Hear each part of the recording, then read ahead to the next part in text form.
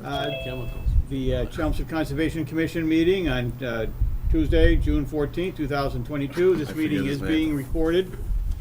The first item we have on tonight's agenda is the open session citizen concern. So if somebody in the audience, either present in the room or out on our Zoom call, has a question for us, something that's not on the agenda, just raise your hand and identify yourselves and we'll entertain that.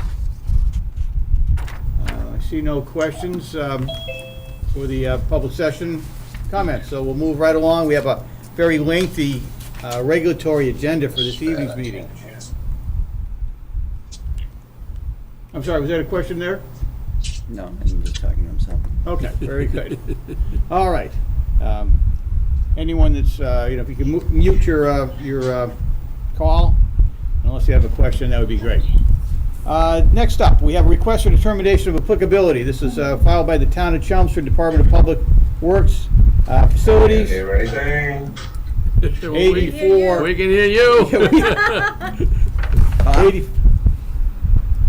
84 You can't hear us. Bill Ricker Road, Center School Playground. And we do have a legal ad we have to read into the record here. Pursuant to the provisions of the Massachusetts Wetlands Protection Act, MGL 131, Section 40, and the Chelmsford Wetlands Bylaw, Chapter 187, Chelmsford Conservation Commission will conduct a public hearing in Room 204 at the Chelmsford Town Offices, 50 Bill Ricker Road, on Tuesday, June 14th at 7 p.m. to consider the request for determination of applicability filed by property owner, Town of Chelmsford Department of Public Works, for proposed work within the 100-foot buffer zone to bordering vegetated wetlands at 84 Bill Ricker Road, Center School, further identified as Assessor's Map 74, Block 289, Lot 11. Project entails construction of a new playground. The existing playground, which consists of two separate areas, will be removed and the areas stabilized with loam and seed. The area between the existing and new playgrounds will also be stabilized with loam and seed. Mr. Chair. Thank you, Mr. Clerk. And now we'll hear from the applicant's engineering representative, Brian. Thank you. For the record, Mr. Chair, members of the commission, my name is Brian Melissi with Whitman and Bing Associates. I here representing the town of Chelmsford DPW. With me tonight is Christine Clancy, the director of the DPW, and Jay Lang, who is the superintendent of schools. As the ad said, we are here in front of you tonight for a request for determination of applicability for the removal of a couple of playground areas and the construction of a new playground at the center school. If I may, Mr. Chair, I'll try to yell, but I think it's better if I kind of point things out a little bit. Please do. Mr. David, just zoom out just a little bit. I'm messing everything up. Anyways, I'll start. Most environmental were now located or delineated wetlands. We had our survey crews go out and field locate them. This here represents the existing school building here. If you've ever been out to the center school, this is the paved turnaround area here. It's got some parking off of it. You come in and around. These are the two existing playground areas. There's one, they both are currently wood chipped. One houses just some swing sets here. This is some playground area here. The plan also shows corresponding 25, 30, 50-foot no structure zones, as well as the 100-foot buffer zone, which is in this area here. If you go out there again, there's an edge of pavement. There's an existing paved basketball court here, the new playground, and I believe there was some plans from the playground company included in our submittal. It's a 75-foot by 85-foot square that's going to go in this location here. Consequently, the new playground is actually outside of the 100-foot buffer zone. So really, the RDA has to deal with some of the, remediation, if you will, getting rid of a couple of areas, the swing set area, the playground area. There is a small ball field, infield area here with some chain link fence and a couple of benches that will be removed. This dash line represent a paved walkway that'll also be removed. We do show, and there's a couple of details on the plan. There is erosion control that's rung around the entire limit of work. We had to, or not, we didn't have to, but we added a small sequence of construction to the plan, which just states that the contractors or the town forces will go in and set the erosion control. Have those inspected as typical. Start the demolition work with the areas here, and then build a new playground. There is a, like anything else in today's world, there is a timing issue We're really trying to take advantage when the kids are out of school, so they get this work done before the kids actually come back to school. The playground equipment has been bought. They have taken control of it, so once we receive your approval, it will work pretty quick to get this thing done. All right, thanks for the Very overview, Brian. quickly, that was the project, and turn it over to you. Good, great. Well, Hello? thank you. Thank you for the overview. Yeah, we do hear the person coming over the Zoom. We don't hear you. All right. Well, we still have to proceed with the meeting. Let's just see if we have some I questions. think the meeting is currently muted. All right. Well, Mr. Chairman, if you can give me a second, I can go check with. All right, So why don't maybe you- they just didn't why start. don't we take a brief technical break here, see, David, if you can help out. Take a pause. We're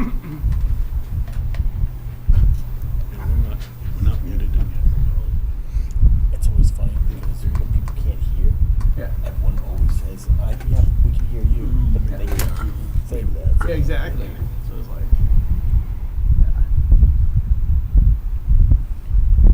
Caught in that before, remember? I got caught in that before. That you did.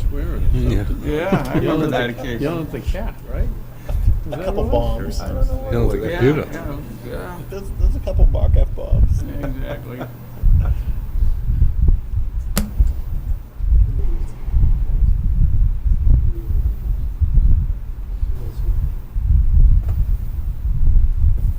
Should be fine now.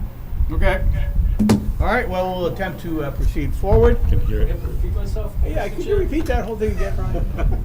No, we're good, we're good. Let's see if we have Commissioner has questions. We'll start with I think you want to Mr. turn your Tamura. volume down. I don't have any questions, Nothing? Mr. Chair. Nope. All right, very good. Moving right along. Bill?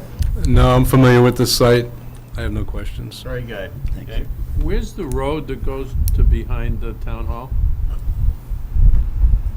Isn't there a road that cuts through, that goes to the back parking lot of the town hall? There is, I think it's, I don't know if it's off. Is that an active street? Or is it a driveway with a barrier? I believe it's a driveway, I guess I'd have to. So it's not close to the park, it's not close to the proposed playground, is it? No. I'm just concerned about traffic, that's all. Oh, yeah, no. You know, it's not shown on this plan. And you're removing two existing play areas? Right. And replacing it with one new one, which is the Right. big square. It's actually three. Again, there's an old backstop and an infield area, if you will, dirt playing area. So we're actually removing all three of those areas. Is this gonna be as nice as Roberts Field? It won't be as large, but it will be new equipment. That's all I had. Hey, thanks, Dave. Mark, anything? No, I got nothing. Good. Carl? I'm good. Okay. And David, anything from the conservation agent? No, I think it's a really great plan. It's very detailed. It's got whether you had a chance to see, it's got the work sequence in here. In terms of the sequence of steps for the project. So, I recommend a negative determination. Okay, very good. Dave, is this one gonna get done before the parking lot at Warren Pole? Ms. Clancy? I can speak on that. So, I mean, we do have a tight schedule where we need to have this completed by August 12th, I think is the timeline. And we will also be working on the Warren Pole property this summer. We do have to set that schedule. Right answer, thank you. Thank you, Ms. Clancy. Appreciate that. Get that the kids come first. This is a public hearing, so if anybody from the public has any questions for the applicant, just raise your hand, come on up to the podium, let us know. There's nobody in this audience. Do we have the technical problems kind of solved as far as the audience out there watching us? Well, you can hear us? You can hear us now? Yes. Good. Okay, Excellent. great. Good. Yes. Good. Good. We apologize for any problems you might have had out there. I'm glad we got it straightened out. Very good. So there's no questions then. Mr. Chair, I Yes. move we issue a -3 determination for the application at Center School. All right, moved by Mr. McLaughlin with a -3 determination to approve the project. Seconded by Mark. Any questions before we vote? Comments? All those in favor? Aye. Aye. Any opposed? None unanimous. Thank you very much, Brian. Thank you for your time. Have a good night, guys. Back. Thank you very much. Dr. Lang, Ms. Clancy, we appreciate it. The next item we have up on tonight's agenda is a request for determination of applicability. This is the Oddfellows Project, LLC, with respect to 4144 Central Square. And the Human Baini is the property owner. And we have, I believe, a legal notice again. We have a legal one for this one, Carl? Yes, we do. Good. Pursuant to the provisions of the Massachusetts Wetlands Protection Act, MGL 131, Section 40, and the Chelmsford Wetlands Bylaw, Chapter 187, the Chelmsford Conservation Commission will conduct a public hearing in room 204 at the Chelmsford Town Offices, 50 Billerica Road, on Tuesday, June 14th at 7:05 p.m. to consider the request for determination of applicability filed by Oddfellows Project LLC on behalf of property owner Human Baini for proposed work within Beaver Brook and associated riverfront area at 4144 Central Square, further identified as Assessor's Map 84, Block 334, Lot 11. The project entails enclosing an open area under the existing building using cinder blocks, cement, and mortar. Mr. Chair. Thank you very much, Carl. Is the applicant present in the room this evening here? I know he's on Zoom. Yes, Mr. Chairman. Oh, good, good. Whom am I Thank you. any present? Very good. Why don't you just give us a little overview, if you could? As the application says, we plan on staging a metal staging inside the brook in order to access the finished part of that retaining wall that is currently hollow underneath the addition of the brook side of the building.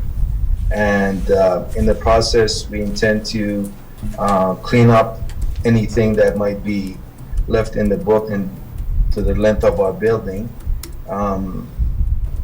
Basically, the process is going to be about a day or so. Most of the work will take place on land and from underneath the overhang of the building. And just the finished work will be done from the brook side on top of the staging. Okay, well, thank you. We appreciate that overview. Let's see if the commission has questions for you or not. Chris, Sure. anything? Not right now, Mr. Chairman. Nothing? Okay, reserve questions then. Moving on. Bill? Are you building right on top of the wall that's there now? It's recessed by about a foot. So part of it might be on top of the wall, but majority of it would be before the wall. So who owns the wall and maintains the wall now? I'm sorry about the dog barking. all right. We were told that the town does. So are they going to let you build on top of the wall if you? Well, if you see the outline, there's vegetation behind the wall, Yeah. and that's where we're building to support the building at the corner. So you have to put a footing in for that wall you're building? Yes, and that would be on our property, on actual land. Because the building does not overlap the wall itself. But you said some of the wall will be, that you're going to build is on top of the existing. I apologize, it would be right behind the wall. Okay. Oh, go ahead. I'm good for right What is now. the footing gonna be constructed of, please? What will the footing be Sorry, made of? would you repeat that, please? What will the footing be made of, please? Center blocks? Cinder blocks, so like 10 inches deep? Correct. And will the cinder blocks be on a cement base or just on ground or on the stone wall? On the cement base, on the cement base. And you said the stone wall is on town property? We were told, we are not sure. So does that, okay, let's assume that's correct. Does that mean in the future, you would look to the town to maintain that wall if it deteriorates?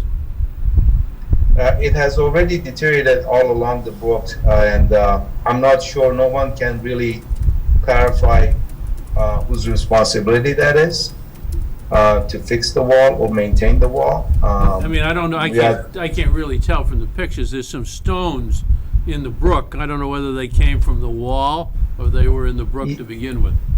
Dave, do you know- They all have fallen in from the wall. So the wall, so over time, that wall is gonna need to be maintained by somebody. Okay, I understand. Correct. Thank you. Dave? Good? building just a facade? No structural? Yes. Well, it's both. It's the facade and structural to support the corner of the building, and it will be covered with the siding that matches the rest of the building. If it's structural, don't you have to go down below frost grade for that? Or concrete?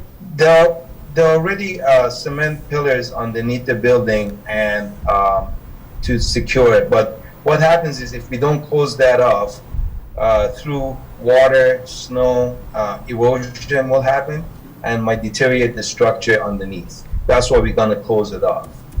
And all the vegetation that has grown there, it is weakening the structural integrity of those pillars.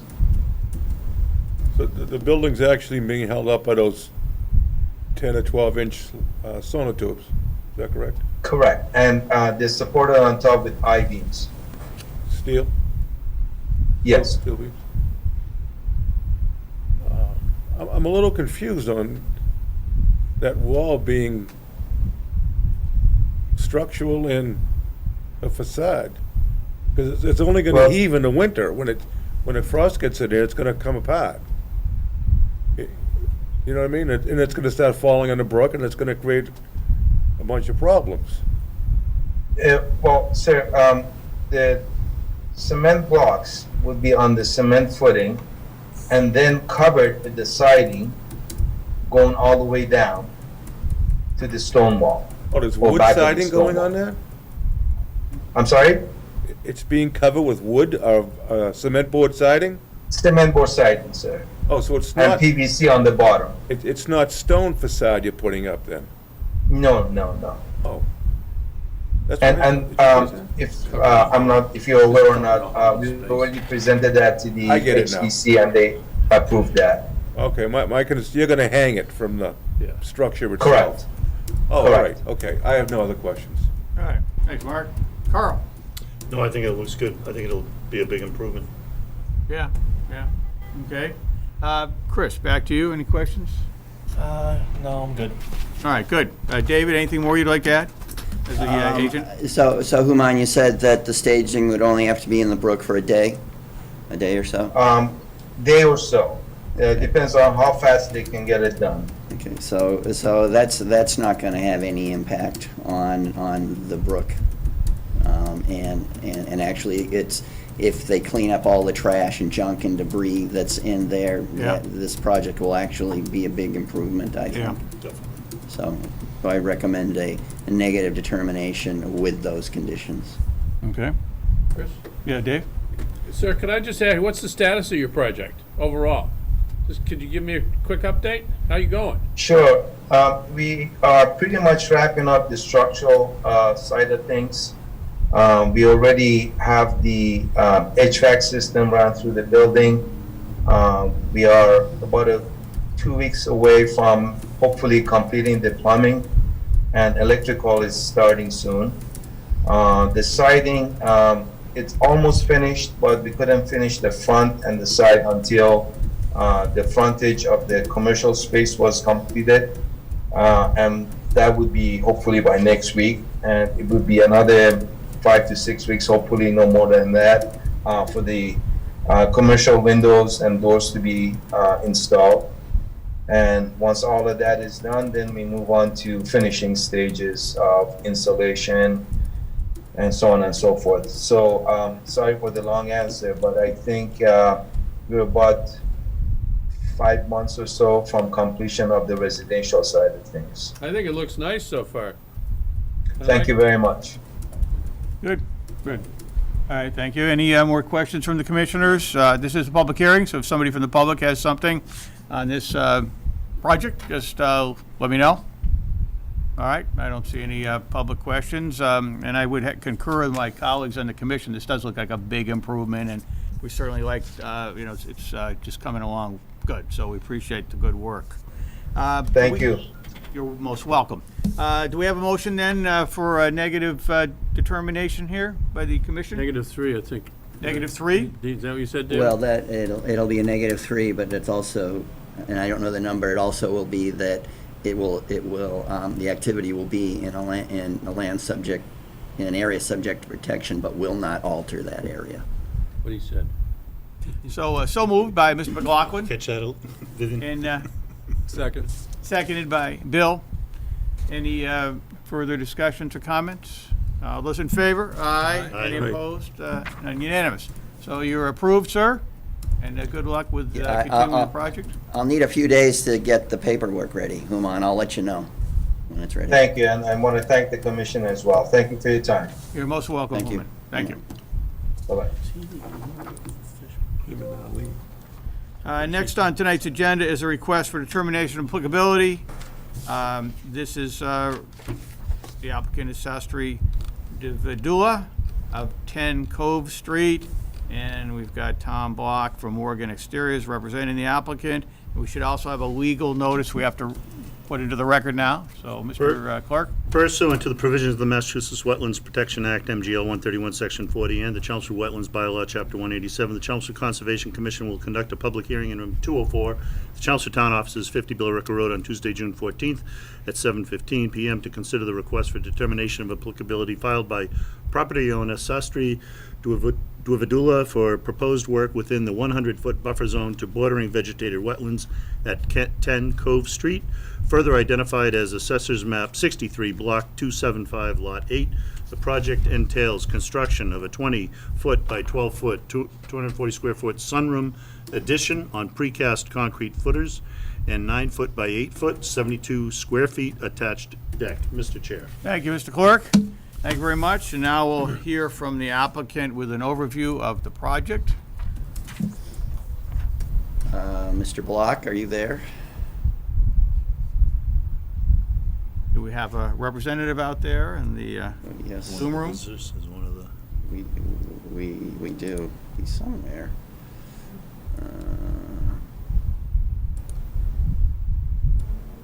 Let's see if we can virtually, Yeah. Asked to unmute. It's off of Golden Cove Road in the back there with Joe Shanahan's father used to live. there you go. Tom?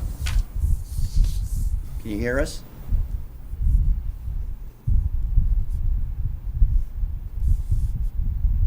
Yeah, he's unmuted now.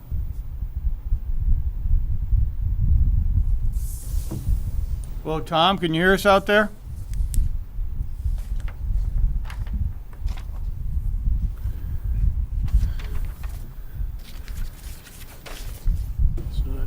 Well, let's table this item for a little bit later, see if we can get the applicant to give us a presentation. So we'll table this 10 Cove Street for a little bit, and we'll move on to our next item, which is a request for determination of applicability by the Massachusetts Electric Company with respect to 103 Willis Drive. And let's have the legal notice for that one, Mr. Clerk. Okay, pursuant to the provisions of the Massachusetts Wetlands Protection Act, MGL 131, Section 40, and the Chelmsford Wetlands Bylaw, Chapter 187, Chelmsford Conservation Commission will conduct a public hearing in room 204, the Chelmsford Town Offices, 50 Billerica Road, on Tuesday, June 14th at 7:20 p.m. to consider the request for determination of applicability filed by Massachusetts Electric Company for proposed work within the 100-foot buffer zone to bordering vegetated wetlands at the public road right-of-way across the street from 103 Willis Drive. The project entails relocation of one utility pole, pole number 24, from its current location outside of 103 Willis Drive, across the street in the town of Chelmsford right-of-way on Willis Drive. Mr. Chair. Thank you, Mr. Clerk. Let's hear from a representative then of the applicant. Yes, I am here to represent.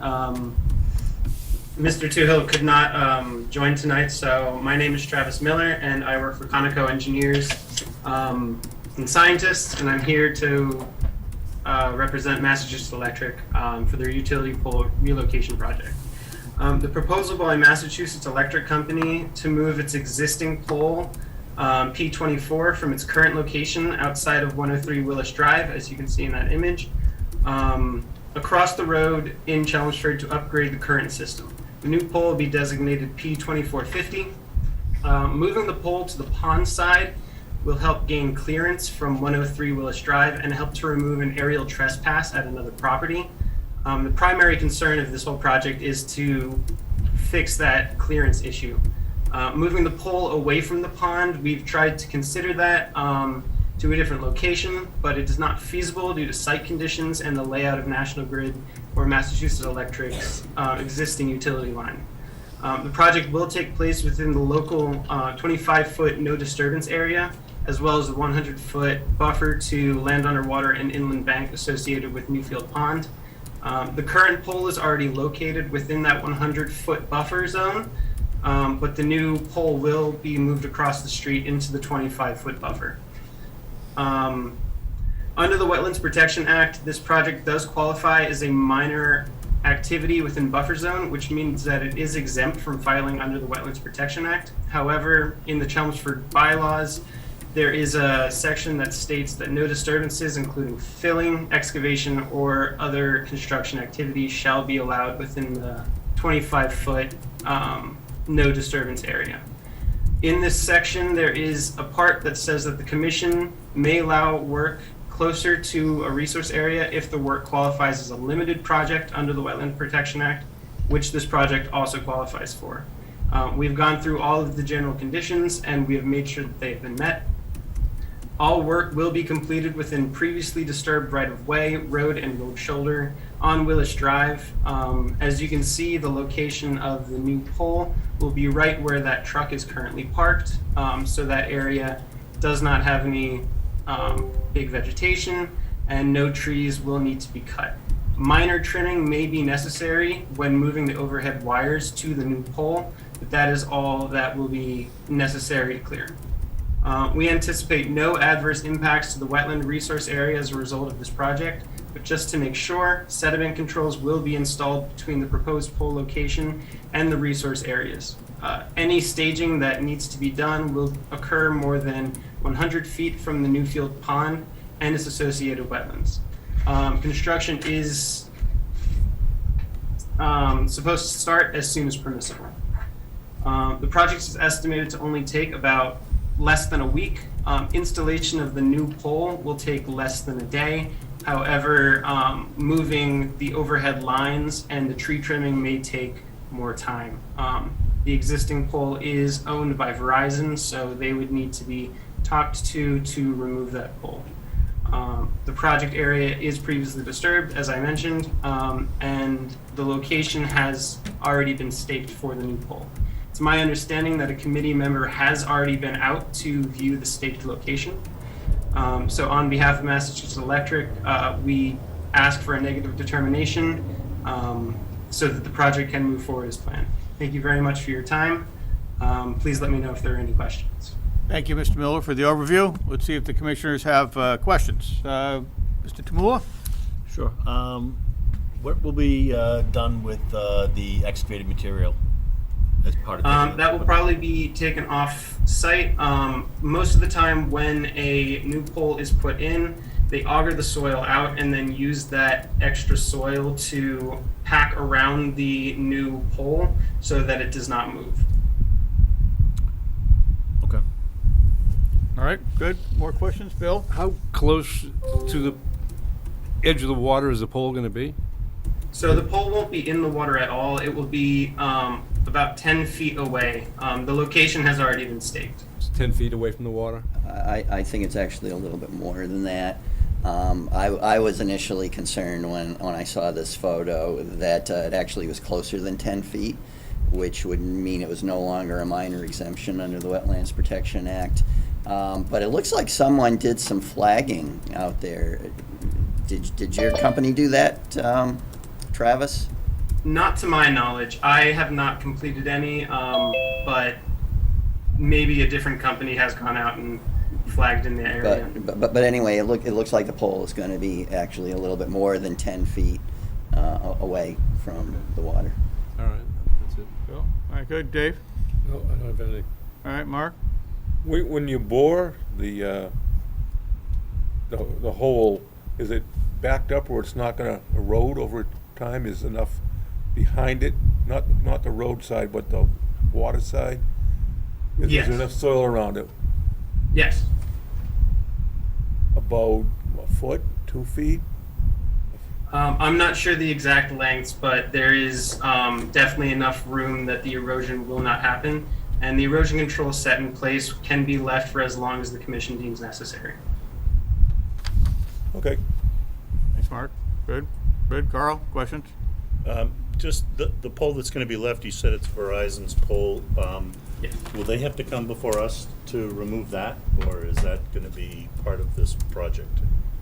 I believe that's part of the project, but what I was told when doing this whole project is that the entire thing should take less than a week. So, and removing the pole takes no time at all. Okay. Oh, it's moving the wires. Yeah, but I'm assuming the wires are all gone, the pole's The standing still. wires are gonna have to go from one side of the street to the other side of the street, correct? Yeah, it's. Yes. I mean, it's the same pole as being used in the new location, isn't it? No. Yes. No, Yeah. really? You don't put a new pole in and then move the wires? Oh, I'm from sorry. the I'm old sorry. pole? I thought it was. Yeah. Yes, a new pole will be put in Yeah. place, and the old pole will be removed. Okay, Okay. Okay, now I'm good. That's it. Good. All right. David, more comments? So Travis, do you know if National Grid, AKA Massachusetts Electric, is going to be doing this work themselves, or they're going to be hiring a contractor? I'm not positive.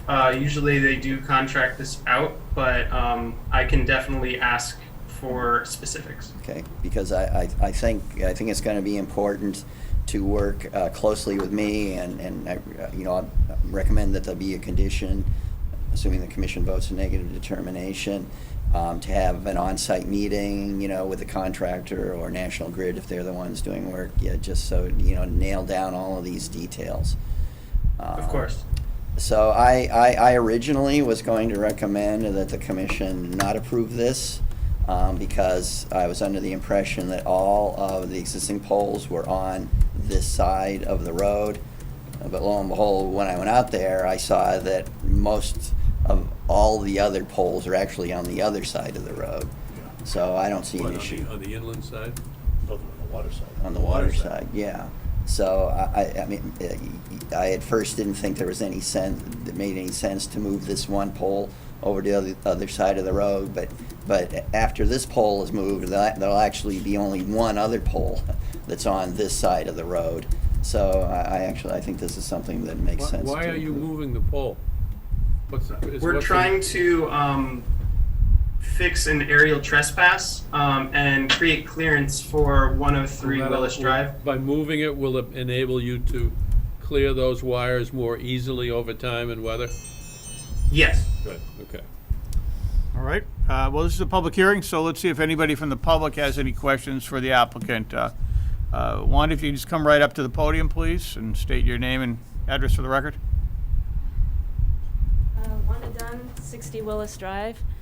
I'm very familiar with that area, and that area where, if you said that you're putting the pole where that truck is, beavers live under there, and the DPW over the years many times has had to fill in the area because they live right underneath that embankment. So I'm concerned if you put a pole there over time, it's not gonna last. How are you gonna keep it straight? That's my concern. Okay. So if You you want probably don't know the answer to that, do you? Don't put the pole there. No. Mr. Oh, Miller? yeah. Yeah, Mr. That Miller? is beaver community. That's No, where they but live. if is you've right got there. beavers there, they're gonna undermine that whole area over time. That If whole not side now, of that road certainly over is time. beaver territory. Oh, thanks for pointing that out. And you Mr. don't want a tilting pole. No, interesting. that wouldn't be good. Mr. Miller, any thoughts or comments on that concern that Ms. Dunn just expressed? I was not aware of the beavers in that area. It's definitely something that I will need to bring up with National Grid and see if they know. But I don't have a answer right now. Well, it's very odd because beavers typically don't burrow into, embankments. I mean, they live in lodges that they create with mud and logs. So I don't know if that's the real problem, what's going on there. But when I was up there, I did definitely see the work that the DPW has had to do in the past to fill in that embankment, to keep it from eroding or collapsing, whatever is causing that problem. So I do think that is a legitimate concern in this case. Okay, good. Any other questions or comments from the public? Okay, doesn't look like we have any more public questions or comments. So commissioners, what's our inclination here? And would you take back to the powers that be that you work and talk to, that at least one conservation commissioner is very concerned about the work that Mass Electric does on land that has conservation values, because your history of handling the land has not been particularly good. And if in fact there are beavers there, I would certainly want you to be very careful. Okay. Concerns noted for the record. Carl, comments? So this is. Dave? We want to waive the 25-foot no disturbance and then a -3, correct? Right. All right, my first motion is to move the 25-foot no disturbance bylaw on this project. So we have motion to waive the 25-foot no disturbance. Second. Motion by Dave, seconded by Bill. Any discussion, comments before we vote? All right, all those in favor? Aye. Any opposed? Unanimous. All right, Ms. McLaughlin? And what, is it a -3, Dave, or is Yeah. it something else? This is a Okay, -3. I move we issue a request for determination of applicability with a -3 for the Mass Electric Company at 103 Willis Drive. We'd also want to have a condition that our agent be notified before the work was going to be done, so he could be out there, kind of keep a close eye. Well, on things. actually, an on-site meeting before the work. On-site meeting. With the contractor or whoever is doing the work. Exactly. 'Cause I think the devil is in the details with Yep. this one. Yep. So if we have that motion as amended, and then a second on that? Second. Bill? Any further discussion, comments? All those in favor, aye? Aye. Any opposed? None. Unanimous. All right, Mr. Miller, you're all set. Thank you so Again, much. If your office or your contractor could follow up with our agent, we'd appreciate it. Understood. Thank you so much. Thank you, Yes. Travis.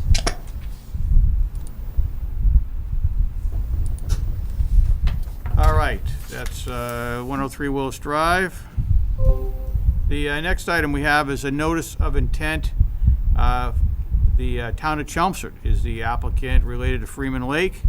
And we have Dominic Marangola from Solitude Lake Management representing the applicant, but we have first the legal notice, which has to be read into the record. Pursuant to the provisions of the Massachusetts Wetlands Protection Act, MGL 131, Section 40, and the Chelmsford Wetlands Bylaw, Chapter 187, the Chelmsford Conservation Commission will conduct a public hearing in Room 204 at the Chelmsford Town Offices, 50 Billerica Road, Tuesday, June 14th at 7:10 p.m. to consider the notice of intent filed by property owner, Town of Chelmsford, for proposed work within Freeman Lake. The project entails implementation of an aquatic management program at Freeman Lake for the control of nuisance invasive vegetation using U.S. Environmental Protection Agency and Commonwealth of Massachusetts approved herbicides. Mr. Chair. Thank you, Mr. Clerk. All right, so now we'll hear an overview presentation from the applicant. Great. Good evening, commissioners. My name is Dominic Maringolo. I'm a project manager and senior environmental engineer with Solitude Lake Management. We've been hired by the town to initiate a management program on Freeman Lake, and similar to the program that has been ongoing at Hart Pond. Freeman Lake also suffers very severely from non-native invasive species, particularly Eurasian water milfoil, fanwort, and curly-leaf pondweed.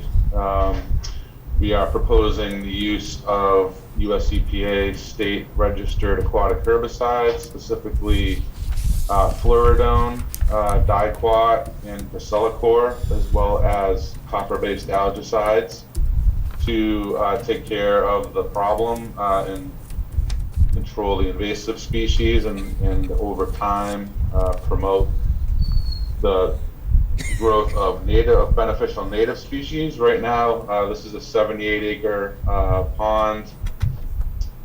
It's very clearly dominated by these three non-native species. There are still native species in the lake, which is good. The goal here would be to control the non-native species and allow the native species to kind of repopulate and provide better habitat value to the lake.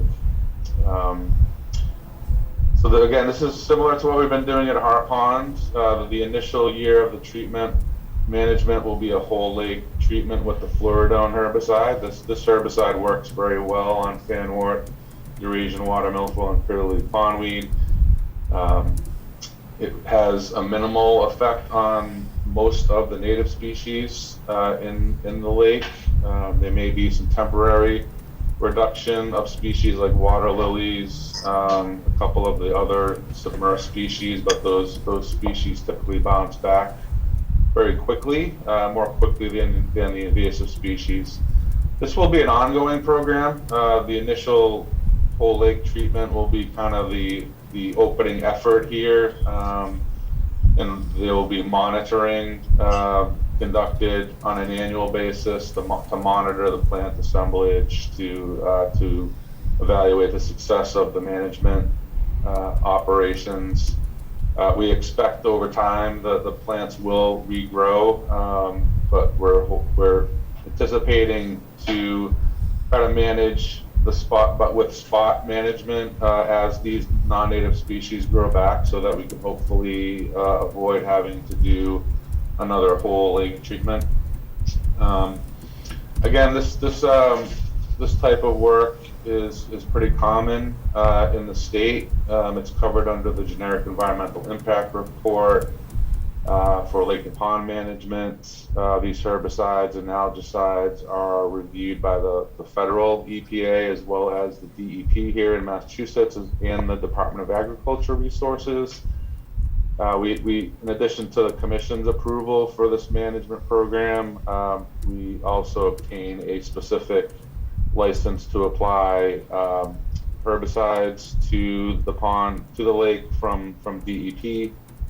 Our staff is licensed to use these products. They have no adverse effects to any of the critters, wildlife, fish and wildlife. There are some temporary water use restrictions, specifically almost completely surrounding use of the lake water for irrigation, as these products are herbicides. So the use of the water for irrigation to take water out of the lake and water grass or plants would be restricted for a certain amount of time based on the particular product that's being used. And again, this is going to be an ongoing management program. We will be doing monitoring treatments as needed, producing a year-end report for the town, which can be provided to the commission. We can provide the commission a copy of the DEP permit. So this is really, I think, important. I'm sure many of you folks know Freeman Lake. It is in pretty bad condition, mostly because of these non-native species. So I think the management goal here is to improve really the overall habitat of Freeman Lake by removing and managing these species and promoting more ideal habitat. So that's kind of an overview of the program. If I'd be happy to answer questions, or if folks want more detail on any specific part of the program, I'd be happy to answer that as well. Well, thank you, Dominic. We appreciate the overview. Let's see if the commission has some questions for you. Mr. Tamula? Sure. You said this was similar to what was done on Hart Pond? Same type of treatment? Correct. And how's Hart Pond reacted to that treatment over there? It's reacted well. We've so there's two. Hart Pond does not have Eurasian water milfoil to my knowledge. It has fanwort and curly pondweed. We've been really in a maintenance phase over there, doing just partial lake treatments there. We're based on surveys done in the spring, see where any regrowth is, and then just specifically treating those areas for the non-native species. It's been working well. It's always very difficult when you have these non-native species get into your lake, that they're essentially impossible to eradicate completely. So our best kind of best outcome here is to manage them as they regrow, try to minimize the biomass of these non-native species, really go in and manage regrowth on an annual basis as kind of an ongoing program. That's it for now? Yep. All right, good. Bill? Yeah, how are the chemicals applied to the lake? What's the process? Okay, yeah, so the Fluridone herbicide comes in liquid and granular formulations. Percellacor and Diquat herbicide are just liquid formulations. So what we do is we have specially designed watercraft, either an airboat or a larger trailer john boat. We have the treatment area. In this case, this first year, it's going to be the entire lake, but we will calculate the parts per billion dose that we want to have in the water that will control the plants. So we know the area, average depth of the lake. We calculate the volume of product that needs to go in. Essentially, we'll go out more than likely with an airboat this time because the vegetation is so dense. It's much easier to get around with an airboat than a prop-based motor. We'll be using a combination of the liquid and granular versions of sonar. So the liquid product would be measured out, put into a tank, diluted with lake water, and then spread out evenly across the entire lake using the airboat. The herbicide and the diluted herbicide mixture is released from the back of the boat. The boom is under the water, so it's not sprayed in the air at any time, and that would be the same for Percellacor and Diquat in future years for spot treatments. Granular herbicides are spread just with a typical kind of granular spreader, electric spreader mounted to the bow of the boat, and again spread evenly throughout the lake.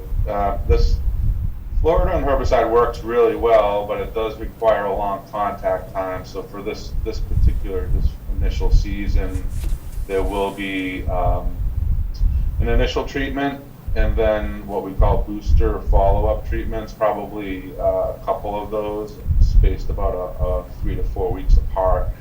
Those are designed to maintain that concentration of Fluridone in the water for the required contact time to work properly on these plants, and that's typically 60 to 90 day contact time. So this whole lake treatment will require multiple applications to maintain the concentration this year. How does the spillway and that affect the chemicals staying on the plants long enough to take effect? So for you have springs Fluridone, there. Yep. You have springs that's fed with springs, and also the brook feeds that. So yeah, we can't. Obviously there's some flow into the lake, which means it's going to go out. We kind of compensate for that, as well as the natural breakdown of the herbicide.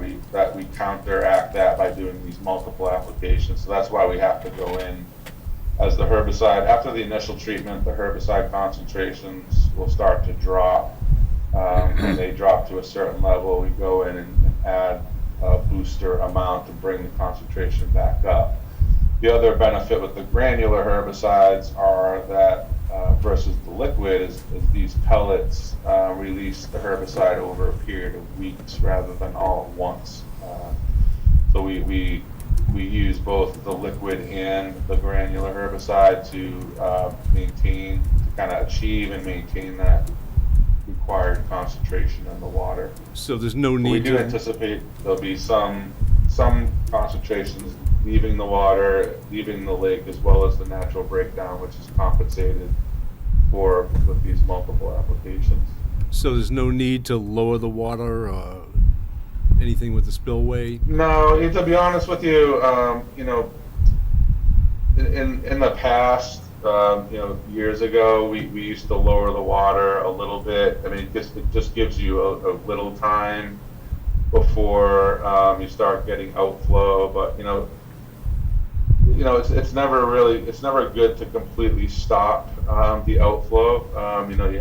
You have a resource area downstream that may be affected by that, and you can never stop the outflow for the entire period of time. So it's not necessary to lower or stop the outflow. It's not even recommended, and we just plan for that in the management treatment protocol. And what time of the year do you do the work? We're going to want to jump right into it as soon as we can get the commission's approval. We're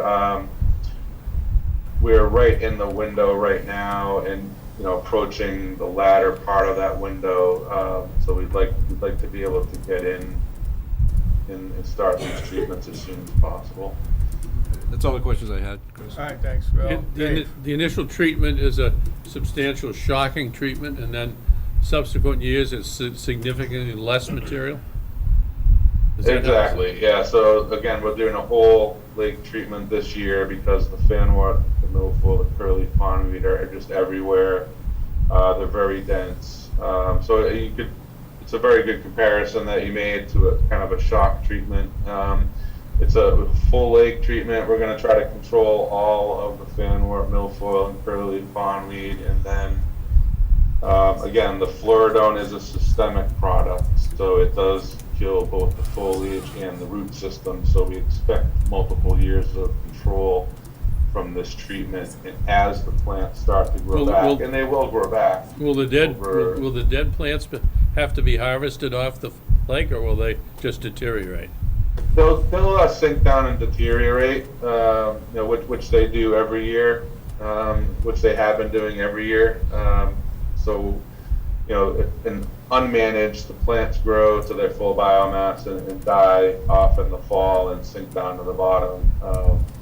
Where, by managing the plants, yes, the plants that are there now will die and sink down to the bottom again, like they do every year. But as we're managing these plants and reducing how much biomass is there, that we're actually, over time, we're reducing the amount of plant material that grows and dies in the pond and sinks down to the bottom. So it's also going to help to slow down the eutrophication, slow down the shallowing of the water body. Your company's done this out at Hart Pond for what, 6, 7, 8 years? More? Yeah, 10 years? I'd say at least. For 10 years, and again, as I understand it, the program's been very successful out at Hart Pond, and this will be the same kind or similar kind of chemical treatment? Right. Yes, The one difference between Freeman Lake and Hart Pond has a Hart Pond Homeowners Association, which I think does an excellent job of communicating with their citizens what's going on. I don't know if that exists up at Freeman Lake. We've got a lot more houses around Freeman Lake, and my concern is, how long are people going to have to be off of the lake? Because that lake is used for sailing and for boating. And we've got Varney Playground with a public swimming area. They probably won't be allowed to use that for some period of time. So somehow the town's going to have a communication program with you guys to make sure everyone around Freeman Lake knows where we are in this program. Absolutely. We'll working with the town when we do have all the approvals necessary. We'll work with the town to make sure everybody's notified. You bring up a good point. Just to clarify quickly, there's actually on all of the aquatic herbicides that we use, so fluoridone included, there are actually no recreational restrictions on the product label, so there's no required restrictions. I think they prevent swimming at Hart Pond while you guys are working there, though. We do. That may be yeah, just so, by I mean, that may just be by choice. Even though there's no required restrictions on the label, it's been our usual practice just to keep folks off the lake on the day of treatment, just as a safety issue, as a kind of a perception issue. Even though there's nothing on the label that says people can't swim, I just don't like to be out there applying these herbicides. just safer to have everybody off the water the day we treat. But then, there's no, the next day, people can go back into the water. The only longer term restrictions with these products are for irrigation, because obviously it's a I have no herbicide. idea how many people use Freeman Lake water to water their lawns, but I imagine there are a number of them that do that. Yeah, so we'll work with the town to make sure everybody's notified. We're also required by DEP to put up the 8.5 by 11 orange posters around the lake as well prior to treatment. So we'll make sure that everybody is properly notified. Will this have any effect aware. on fish or other wildlife in the lake? No, I mean, in the long term, it should help. It should help the fish and the wildlife by removing these non-native species, which do not provide valuable habitat and really promote the growth of native species. So over time, I believe that the lake habitat will improve for fish and wildlife. Great. Okay, very good. Thanks, Dave. Mark, questions? My questions are what Dave asked, recreation, you've answered them, I'm all set. Okay, good. Carl? I'm still a little confused on how these chemicals are going to distinguish. I guess, are they going to have any impact on any of the native flora? So herbicides in general have effects on some plants and not on others. So what we try to do is pick choose the herbicide that has the best effect on the target species and the minimal effect on the non-target species.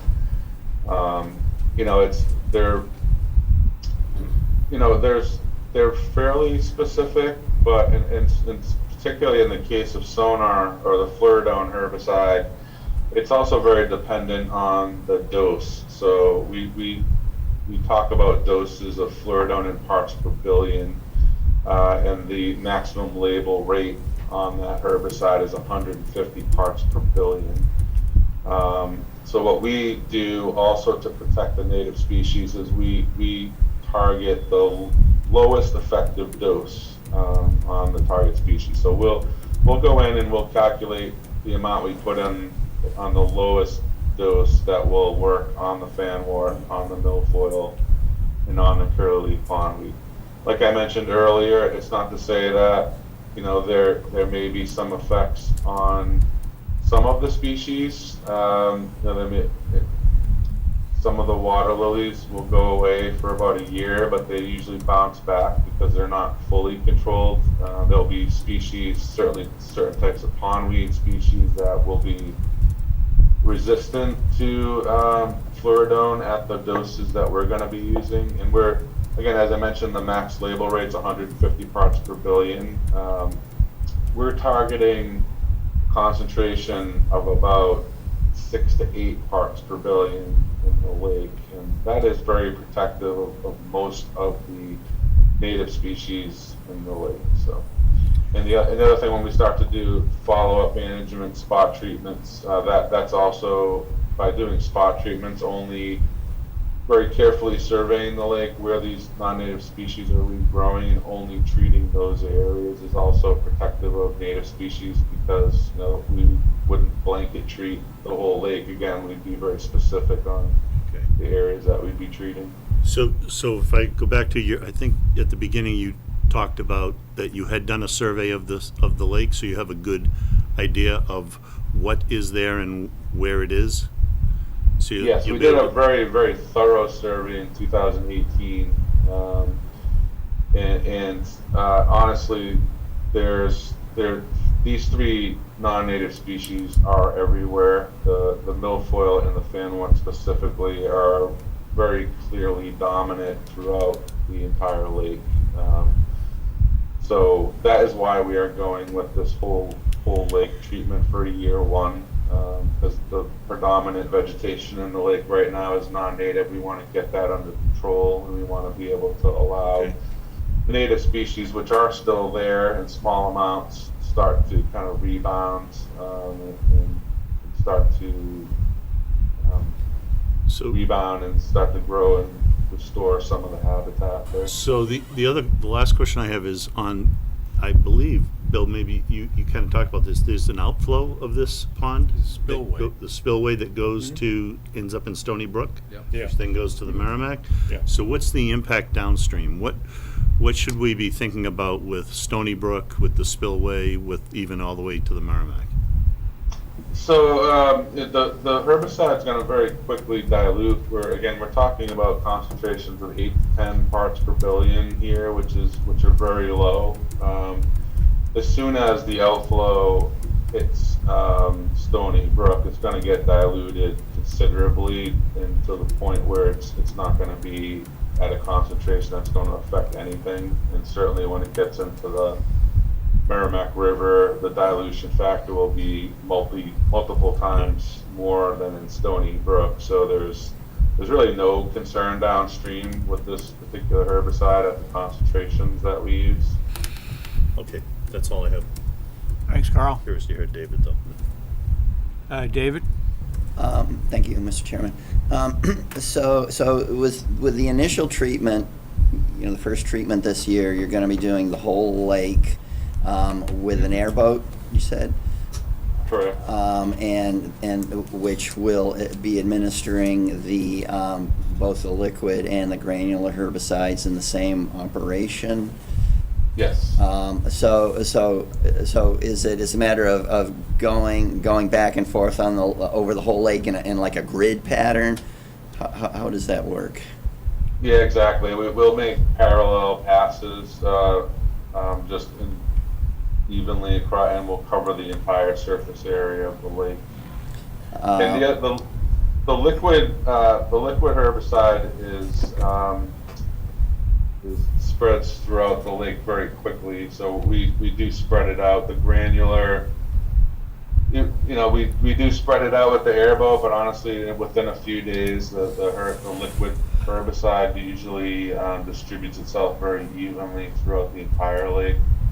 The granular is also spread out in the same fashion.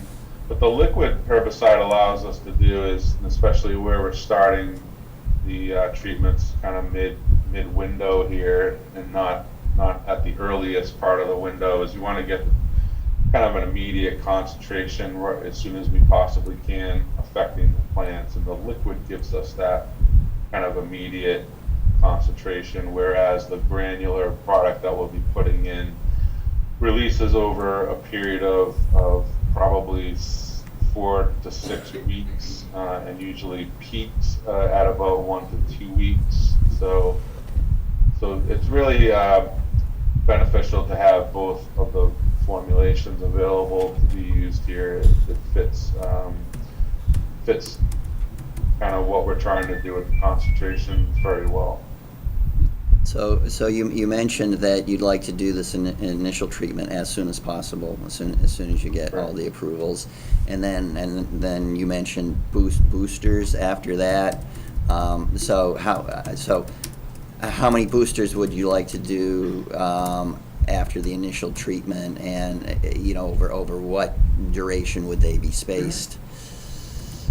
So the boosters are not, you shouldn't think of them as separate treatments. The boosters are just, the goal here is to maintain a concentration in the water for 60 to 90 days. So this is the treatment. The booster treatments will be, again, throughout the whole lake. They'll be based, so in between or after the initial treatment, we'll be doing surveys to see how the herbicide effects are progressing on the plants. We'll also take samples of the water to monitor that concentration of fluoridone. And the booster treatments will be a lower quantity of product, but they're really designed just to, so if you think about, so we start here with the initial treatment, it's slowly going to go down. Once it hits a critical level, we're going to do a booster treatment just to bring it back up a little bit. We want to just keep that concentration maintained in the lake until we observe the mortality of the plants. But on average, we're doing an initial treatment, and on average about two booster treatments, so 3 treatments total. They're spaced about 3 to 4 weeks apart, so we're talking about we're talking about, so if we did one, end of June, end of July, and then end of August will be the final booster. But it's really based on what we're seeing out in the lake, seeing the response of the plants, seeing the herbicide testing. It's not willy-nilly, it's based on science, it's based on observations and data from testing. So in following years after this first year, the plant, there wouldn't be an overall treatment. There wouldn't be a treatment of the whole lake. You'd go out and look at the lake and survey and identify those areas in need of treatment, and then sort of take it on that case by case basis. Correct? Exactly. Yeah. Exactly. And again, we're hoping with the fluoridone herbicide, we typically see 2 to 3 years of control of Eurasian milfoil and fanwort. The curly pondweed unfortunately does not respond quite as well to fluoridone or any other herbicide. It's a plant that resists that systemic action, but fortunately it's not the predominant plant in the lake. It's the fanwort and the milfoil that are. So I don't expect we'll need to be doing any spot treatments of fanwort and milfoil for at least 2 years after this initial year of treatment. But we may need to do a couple small areas of the curly pondweed. But again, as you said, based on survey work, spring surveys, fall surveys, to see how everything looks, how everything worked, what has changed over the course of the summer, allows us to kind of anticipate a little bit what might be necessary the following year. We produce a report which documents the surveys, documents any management actions, recommendations for the following year, any data that's collected, that would be provided to the town and the commission for your review. So there would not be any plans at all to do any kind of manual treatment or manual removal. I wouldn't say no. I wouldn't say there aren't any plans. That after being in a maintenance mode for a while, you kind of see if the regrowth that comes back is light. We may be able to employ techniques like that. In our experience, especially for fanwort, the hand pulling is not terribly effective. Fanwort has a very fine web-like root system. It's very, very difficult to hand pull completely, and it usually grows back very rapidly. Eurasian milfoil is a little bit easier to hand pull, but it's also very challenging. But we would consider that if after a number of years of management, if we're starting to see if the regrowth we're seeing is very light, very spotty, I mean, that definitely could be something we would start to talk about with the town. And then just my last question is, what is the name of the permit you need from DEP? It's called a license to apply chemicals. It's from the Office of Watershed Management. It's I think it's a ERP WW04, if you're familiar.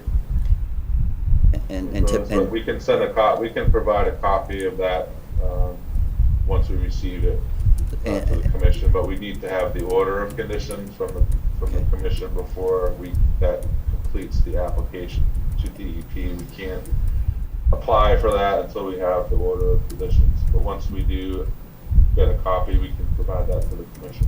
And typically, how long does it take for DEP to issue that permit after application? Luckily, they're pretty quick about that. So I think they do know that the commission, the local conservation commission, is looking at these projects as well. So that the DEP's really just looking to make sure we're using the proper quantities, the proper dosing. They'll check things like wellhead protection areas, drinking water reservoirs. They'll check some things, but usually we can get in about a week or two. Thank you. All right, thanks, David. Commissioners, any further questions at the moment? All right, this is a public hearing, so this is an opportunity for the public to come forward with questions and comments for the commission. So just give us your name and address, and My name's we'll take Steve it from there. Christopher, 26 Fifth Lane. Could you just repeat that again, sir? Steve Christopher, 26 Fifth Lane. Thank you. I'm just here to offer my service, my knowledge, and any help this board would like when it comes to dealing with the weed problem on Freeman Lake. I'm a resident of Hart Pond. I've been in charge, so to speak, but involved for the last 10 years with Solitude. And I would just have a couple questions for Dominic, if he's still there. And then, like I said, I'm just gonna leave it as a concerned taxpayer that we'll make sure we get the most bang for our buck out there. Because it's an ongoing process. We've been doing it for 10 years now. And now that the town is committed to putting the money into Hart Pond as well as Freeman, certain things need to be done in order to achieve our goals. So, is Dominic still there? I just was kind of curious. Still there? Oh, I Yes. can't see him. Okay. Here he is. There he is. The survey from 2018 on Freeman, is that still a valid survey 4 years later? Yes. It Yeah, is. only because it was pretty bad back in 2018. So it's only You know, gotten worse. It's only going to get. I mean, the invasive species were everywhere, so Okay. They could probably get more dense, maybe, but they're not going to get more widespread. They're only going to get worse, not better. So. One other question is, how many times do you do a treatment and a survey in the same day? We try not to do that, but I like to be able to go out and do it, on separate days. But it is possible to do both. Because I was just curious, because, and I don't want to get off topic, but Hart Pond has their schedule for June 21st, rather, and a survey and treatment's being done the same day. So, as of right now, I know the curly tail's out of control in Hart Pond right now. So, without doing a survey, I don't know how you possibly would know how many chemicals to bring with you in order to achieve your goal. So, that's why I was just kind of curious as to if you do it the same day, or survey should be done prior. You show up and you have everything you need to go. So. Okay, no problem with that. So what they'll do is they'll bring enough to do what we would think of as a maximum, but then they would do the survey and only use what they would need to use. But some of it is based on experience, having been out on the lake before. But we try not to do it on the same day, but sometimes it has to be done. There's only so many days in June, So it certainly is still going to be effective. It still be, still be surveyed in only treating areas where the curly pondweed is. But. Okay. I was told in the past, and maybe I'm wrong, maybe you could correct me, that May is the prime time to be treating ponds, not June and July. Is that true? Because most depends on what May and June. It really depends on which plant you're trying to target and which herbicide you're using. So all of our kind of initial treatments are typically done in May and June. Okay, So thank we're you. doing a lot of initial treatments in June as well. Thank you for that. And one other thing for the board, I don't know who is, I shouldn't say strongly recommend, but is anyone going to be present when they're over there treating the pond from the town? I think that's a Like, really. well, us I think over at that's a Hart Pond, good- we're I think that's there. a good question. Yeah, And no, we're there.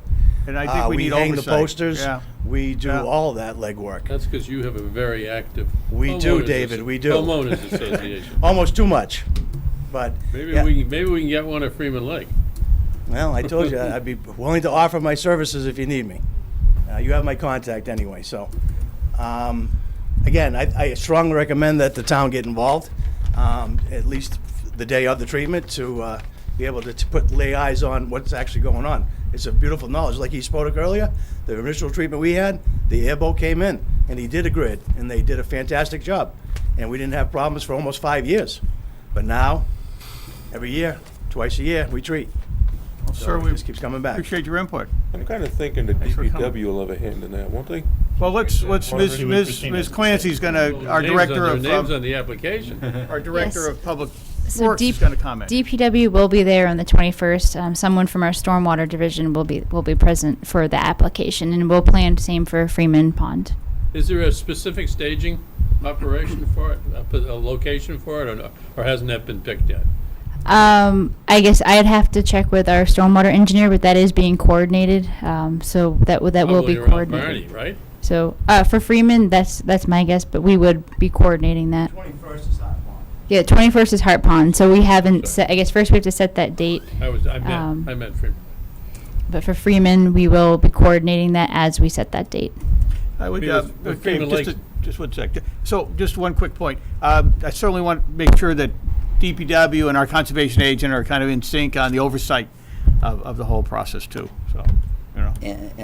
And speaking with folks around Hart Pond, my understanding is that it's a real big challenge. It's a constant challenge, like to keep people off of the beach, even if they put up signs saying, you know, stay out of the water, stay off the beach. That there are people that just ignore the signs or don't see them.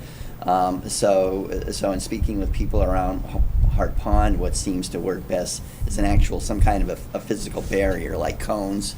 That's what I was told that's used at Hart Pond, is cones, and that's much more effective at keeping people actually off the beach during those 3 days. And we can coordinate that at Freeman as well. Yeah, no, that'd be very good. Dave, you, I was just saying that with Freeman Lake, the town will have to use the town's webpage. That's the best way to get information out to a lot of people. yeah, good point. Good point. Good, thanks, Ms. Clancy. So do you want a motion? Well, we'll just see if there's, I think it might be some more public input. Yeah. Anybody else, public input? Ms. Dunn? Yeah, my name is Peter Severance, 48 Middlesex Street. Severance, yes. Yes, and I sent you folks an email with comments on the notice of intent and my concerns, and I have additional information to add. So let me start by saying I understand the passion that people have around having a beautiful recreational water source, water resource for fishing and swimming, etc. And weeds are certainly inconvenient, and the specter of invasive species which can proliferate and dominate is not something that anybody welcomes.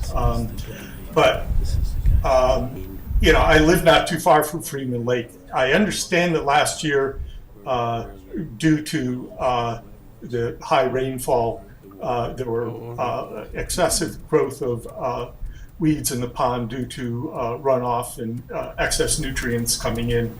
But you know, I went and walked around the pond last week and saw little evidence of much of anything going on in the littoral zone.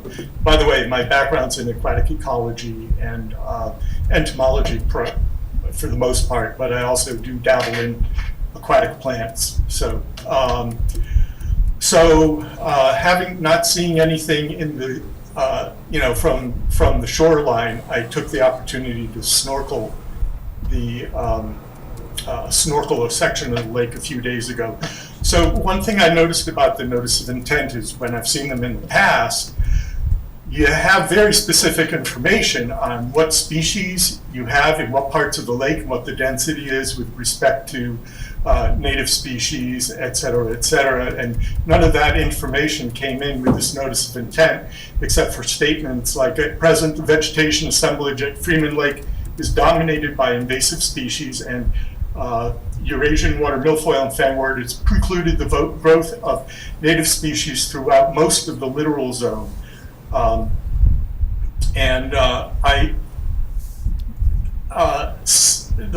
The upshot of my snorkeling adventure was I did about 1,200 feet on the east shore of Freeman Lake, from just south of the Freeman Lake, from just south of the beach down to the water department. I did that in the littoral zone ranging from 2 feet out to 4, 5, 6 feet.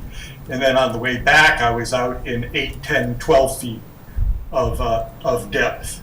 And in the course of that, and I have a video, which is actually kind of fun, and with the chair's permission, I can play sections of that for you. But The dominant species were robin's pondweed and large-leaf pondweed, which is also known as bassweed.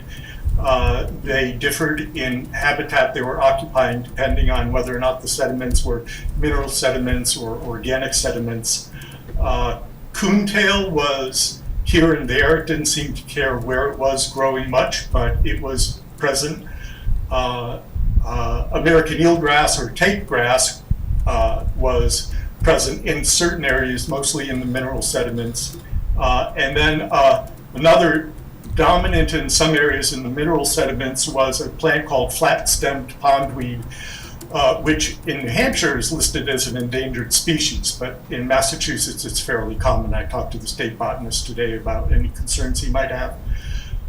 So in the inner littoral zone within 6 or so feet, there were only small traces of any of the non-native or invasive species. There was a little bit of curly-leaf pondweed. There was a little bit of Eurasian milfoil. When I moved out and started diving, well, I just moved out into the deeper water, 8 feet, 10 feet. That's where Eurasian milfoil was in low to moderate densities.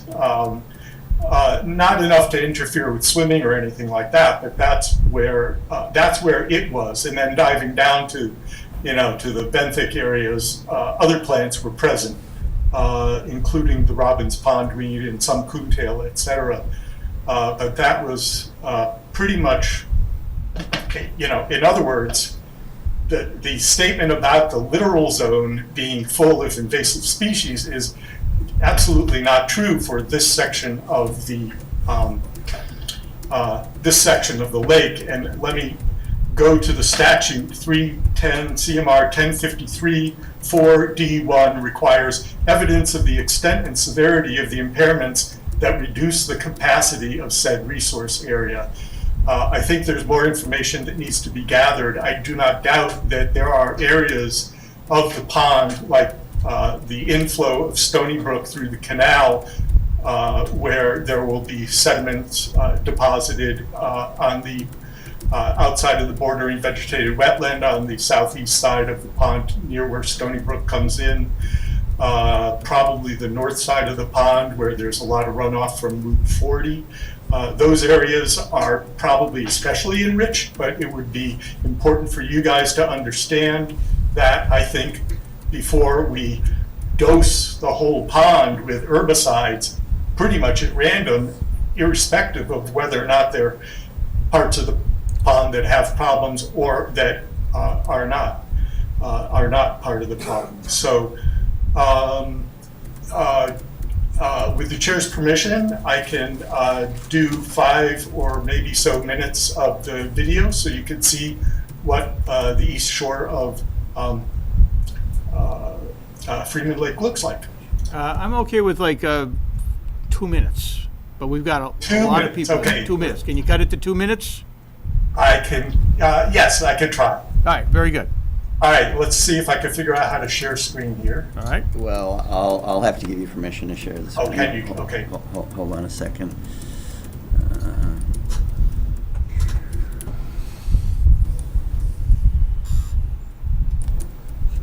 Okay, you should be all set, Peter. Okay. Oops.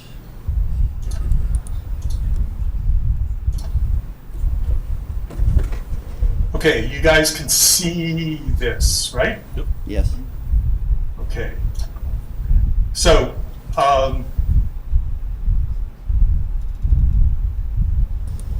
so that's the area I snorkeled. Again, it's about 1,200 feet. You can see it. And then, sorry, I haven't practiced this. So we start off in the shallow littoral zone. You can see water quality is not very good at all. This is the thin-stemmed pondweed. For the most part, you'll see a little bit of coontail in here. All the white specks on the bottom are Asian clam. There are an unimaginable amount of Asian clam in here. And if for some reason the food resource for these guys gets knocked out of whack and they die, you've got big problems. There are ridiculous numbers of these guys. So these are all native plants. That was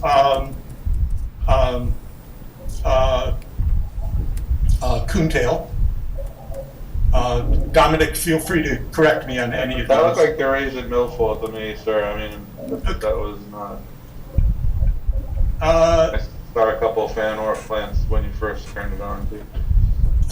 Well, you saw I picked it up, so When we pay. that's native. I don't have in front of me what these are. That's the large leaf pondweed. That's a really good Yep. plant, the bassweed. That's the Vallisneria. Vallisneria, yep.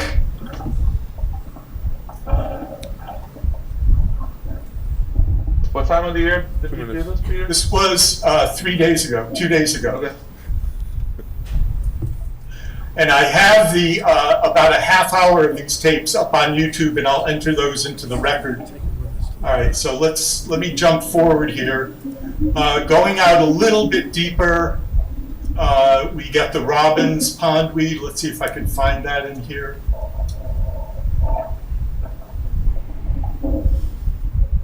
Pardon all the noises. I kind of ran out of time to edit this pretty well.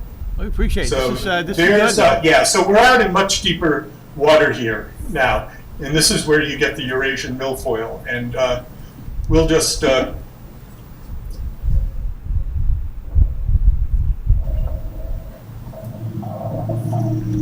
don't know why I'm stuck in this one area. Again, I took samples of pretty much everything out here.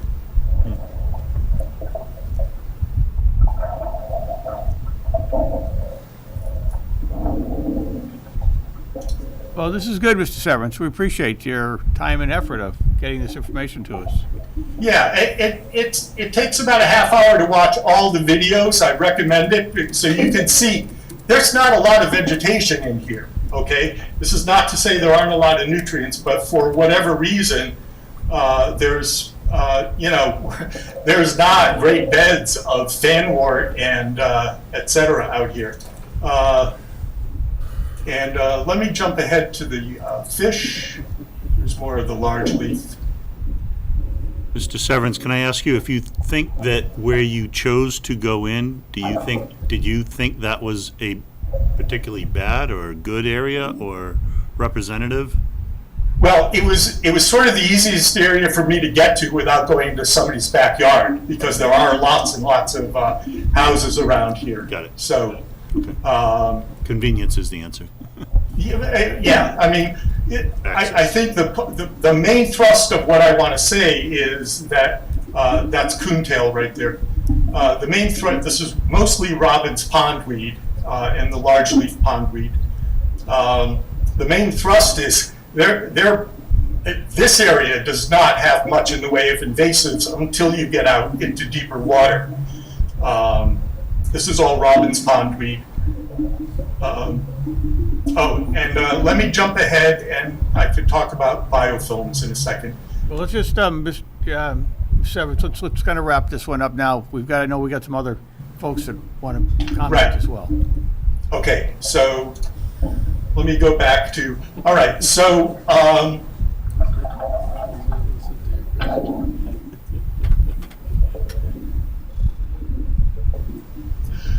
so let's talk about Stony Brook for a second. There's two things here. One is- But Mr. Severance, so if you can kind of sum up your presentation now, it would be good, with the focus on Freeman Lake. Well, Stony Brook is continuously supplying both nutrients and fragments of these invasive plants to Freeman Lake. I would also say that the caution about irrigation using the water from Freeman Lake for irrigation, when you're diverting water from Stony Brook to fill Freeman Lake, you are depleting the water of Stony Brook, and you're putting back approximately equal amounts. So if the concentration of the herbicide in the lake pretty much represents the concentration you're going to get in Stony Brook. And I would say you need to close off Stony Brook so that the native vegetation there is not suffering because of that. Then the last thing is, I do not believe that there's an accidental relationship between herbicide treatment in the ponds and outbreaks of harmful algal bacteria, especially the fluoridone, which is what it's doing is it's inhibiting the photosynthetic plants, causing the algal portions of the biofilms in the lake to lose all their autotrophs. What that is going to do is shift the metabolism of the lake over into heterotrophy. That includes some or many of the species of cyanobacteria. And we know from recent work by USGS that cyanobacteria end up being a dominant species downstream of the wastewater treatment plants because they are more resilient to things like pesticides and herbicides in the wastewater. So if you do an inventory of the ponds in the integrated list of waters that the state puts out every couple of years, you'll see that there's probably about a 50% correlation between the lakes and ponds which are receiving herbicide treatment and whether or not they're reporting harmful algal bacteria. I'm going to take this up with Mass DEP. I just started looking at this data a few weeks ago and started noticing that. Okay. So the outbreak of harmful algal bacteria a couple of weeks after the herbicide treatment last fall in Hart Pond may not very well have been accidental, and I don't think we've ever had a harmful HAB outbreak in Freeman Lake, and that would be a terrible thing because they start to tend to get persistent. So anyway, thank you again for your attention to this, but I think you need another, take this season to study exactly what the distribution is of where they are and begin spot treatment rather than just doing whole lake. That's I think what's called for by the statute. So thank you. Thank you, Mr. Severance, for your input. All right, next speaker coming up is Ms. Dunn is coming up in the conference room here. Wanda Dunn, Willis Drive. Hard to follow Mr. Severance, if I got that right. I'm in the yellow pages. We need to hook up. So my concern is, yes, spot treatment, from what he was saying. I had a lake association on Freeman Lake back in 1995. We had a limnologist biologist do a study back then with recommendations on how to deal with the weeds. I think we need to start looking at this report again and going by what he suggested. And the biggest thing is not doing a whole lake because Stony Brook serves as a filter from Merrimack to Stony Brook that filters into Freeman Lake. And in this report, he specified, do not put chemicals in our inlet because Stony Brook brings in so much contamination into our lake. And if we take that away, it's going to make it worse coming into our lake. That's one of the points that he made. So I think that we should take a step back, breathe, not jump into doing it this year. And what he said, we need to look into recommendations from the past. That was never done under Bernie Lynch. And from this limnologist back then, a lot of what he just said was mentioned in this report. And What is this the gentleman is or his the field. people who wrote that report, are they still available? I don't know. This was 1995. Yeah, okay. I don't know if he still even works there. This was in, East Wareham, Mass. We had given a copy to the town back in the day. The library was supposed to have a copy. But I really think before we jump into chemicals, because I have a well. I still use a well for outside watering my garden. I just started a vegetable garden, and now they're saying I can't use that if we're going to treat with chemicals. And I don't know how many other people have wells still using it for outside for gardening, so we need to address that as another issue. But the biggest thing, I know people were upset about the weeds last summer. but it's a cyclical event. It happened back in like late 90s, early 2000s. It happened back then because it's a combination of the geese, and the rain and a drought. And it all filters in, and it caused the massive floating of weeds. And then as soon as we had wind, they were gone. They just float to the bottom, decompose.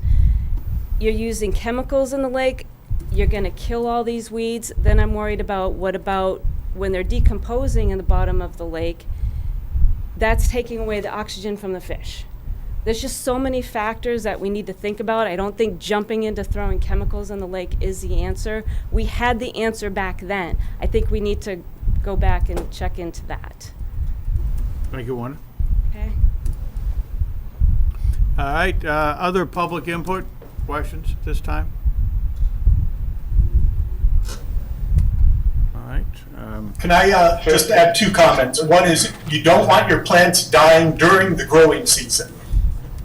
That is really bad, because whatever is going to start growing back is going to get an excess, amazing amount of nutrients, and if it's harmful liable bacteria, that's not good. Second thing is, the question for the commission is, do you know if everybody around the lake is now sewered, or does anybody have septic tanks that they're still in use around the lake? And I'll check off now. Okay. Mr. Chairman, if I could have a few minutes? Yes, Dominic, yeah, if you could kind of sum up some responses, I would appreciate it. If I could just share my screen very quickly, I do have the 2018 report open. I thought that was sent as an attachment to the NOI, but I could forward that to your agent for distribution. Yeah, please do.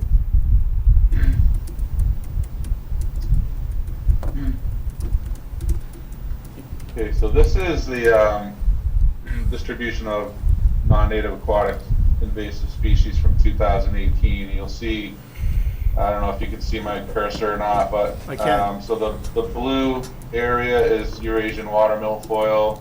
The blue lines are the patches of fanwort and curly pondweed. So you can see, and this is again, the littoral zone is obviously based on water depth. So it appears that the east side of the pond drops off more quickly. You can see, especially where Mr. Severance did his survey, we really aren't showing any plants. But if you go over to the west side, you can see that the plants are much more prolific. But the survey was not just on non-native species. We did a distribution map of all of these species that we're talking about for the native species. So the big leaf pondweed, the flat stem pondweed, robin's pondweed, these and even more, coontail, the tape grass, all of these.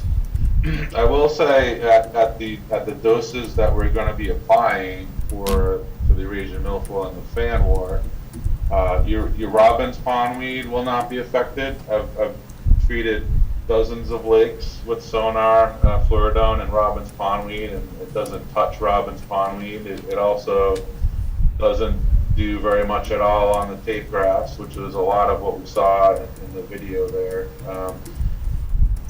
It will beat up the big leaf pondweed a little bit, but I've seen that come back very rapidly, even later this season, and certainly the next season. Again, this is our initial effort to get these plants under control, and it would not be this extensive again for subsequent years. I think the herbicide. Herbicide kills the plants very slowly, so any release of nutrients is going to be a very slow process as the plants decompose. And again, we're really focusing on the non-native species. We're trying to preserve the native species as much as possible. This has been a technique that's been used on many lakes successfully. Fluoridone especially has been used since the late 1980s. It's very well understood. Herbicide, we know very well what target concentrations work on what plants and what concentrations are protective for many of the native species. So, yeah, I think that's all I needed to say. All right, thank you, sir. Appreciate that information. All right, well, we've had some good information shared with us this evening. What's the and we do still have a full agenda to continue to work through tonight. So what is the the consensus of the commissioners at this point in time? Are we ready to take some action? Or are there open questions that need to be addressed at a future meeting, or are we ready to? Dave, is the notice of intent complete as far as you're concerned?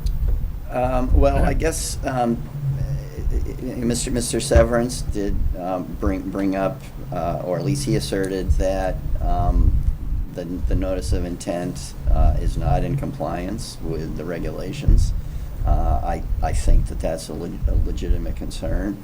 I think normally what the commission would do in a case like this would be to hire a peer reviewer. I mean, this is a town project. You don't want to unnecessarily or frivolously have the town spend money. But on the other hand, given the magnitude of the disagreement and a difference of opinion here, maybe hiring a peer reviewer just to review the notice of intent for compliance with the regulations, might be a good idea. On the other hand, it's going to lead to delays. I mean, we may have to buy another season anyhow if we delay, right? Yeah. And I don't know how important that is. I don't think in the last 50 years, another year is going to make a difference. How about I would disagree that the notice of intent's not in compliance. I don't believe DEP made any comments to that. Yeah, that was actually my Have they question seen it? was what's going on with DEP? Have we had any comments back from DEP whatsoever? I haven't received any. Have they commented, Dominic? But I saw the file number available. I didn't see any comments, but I have not seen like a notification of file number. I mean, they do take a while to issue comments sometimes. There's no doubt about that. So they just may not have gotten around to it. I think this is a bigger problem than some folks have thought. This, excuse me, Dominic. Dominic, when you say this is a bigger problem, do you mean the situation at Freeman Lake when you say this? Okay. I think the milfoil and the fan wart, you saw the video and didn't see much, but in a very unpopulated part of the lake. I mean, you could see from the map that I showed you, that was the one spot on the lake that we also didn't show the invasive species, but if you look on the west side, I mean, they're all very much more extensive because it's a lot more of a gradual slope over there, probably has different sediments over there. Management of invasive species, we know how to do it well, and we know how to be protective of the native species. We've had a lot of success stories throughout the state and throughout New England. Managing fanwort and milfoil is usually a no-brainer, and there's a lot of it out there.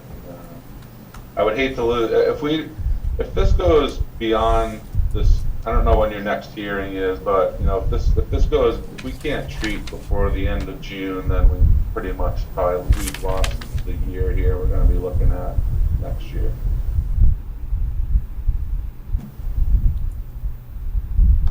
How about the concerns about using treated water as irrigation? And somebody mentioned, I'm sure there still are 1 or 2 septic systems. I don't know what impact thank you. That would have. Thank you for reminding me. So there are no restrictions on drinking water wells. That is only direct intakes from the lake itself. So there are no restrictions on the use of wells. The herbicide has not been shown to travel through soils. Regardless, the EPA has 150 part per billion maximum tolerance rate for fluoridone. So, and we're going to be, and as I said, in the 6 to 8, maybe 10 parts per billion in the water. So they're restrictions only apply to direct intakes, not wells. Again, we're managing the non-native species. The Fluoridone especially is a very, very slow die-off. I do not anticipate there being any algae blooms caused by this treatment. There's other,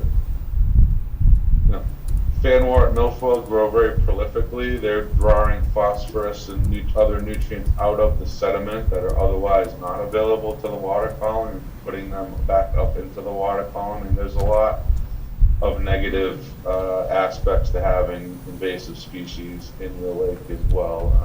I think there's a clear need to manage these plants in Freeman Lake.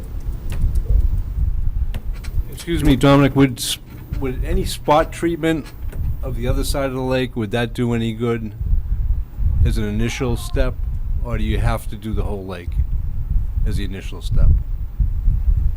I think with the distribution, it makes sense to do the whole lake because, they're the only, Eurasian milfoil and fanwort respond very well to sonar, but it's not the best treatment to use in a spot treatment because it requires a long contact time. It's very soluble in water. It likes to move away from where you put it. And again, we'll be protective of the tape grass, the robin pondweed, even the coontail. We're going to see some minor effects on big leaf pondweed, on the lily pads, maybe on the waterweed. But these plants, unlike the invasive species, bounce back pretty quickly because they don't experience full mortality. They only get kind of partially damaged at these low concentrations. So it doesn't make sense doing the spot areas where Stony Brook, the canal feeds the lake, where there seems to be more invasives on that side, as opposed to where the gentleman snorkeled? I think our goal was to manage all of the invasive species throughout the lake. I think we'd still like to do that. Spot treatments are fine once you've gotten the initial control, but I don't like the fact that's really not the right way to do it at this point. It's get control of all of the invasives now and then spot treat as they regrow. Can I make a motion that we decide we're going to vote on it tonight? Yeah, sure, make a motion, sure. Well, let's move it. Move the question, and we'll vote on it. I make a motion that we decide whether we vote on it this evening or table it. Let's move the question. Okay. So Mark's made a motion that we decide to take action tonight or not, right? Yep. Yeah? All right. Second on that? Second on that? Okay.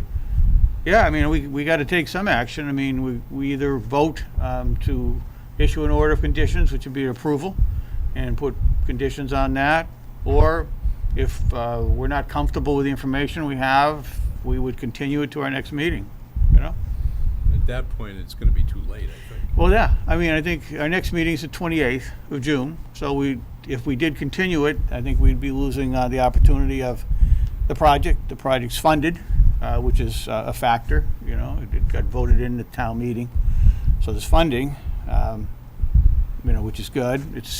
Personally, to me, it's very similar treatment to what we've been doing historically at Hart Pond, so, I'm okay with issuing an order of conditions, and it's, again, still subject to DEP permitting as well, too, so I'm kind of okay with it. Chris, we've had 10 years of experience with this company at Hart Pond. Oh.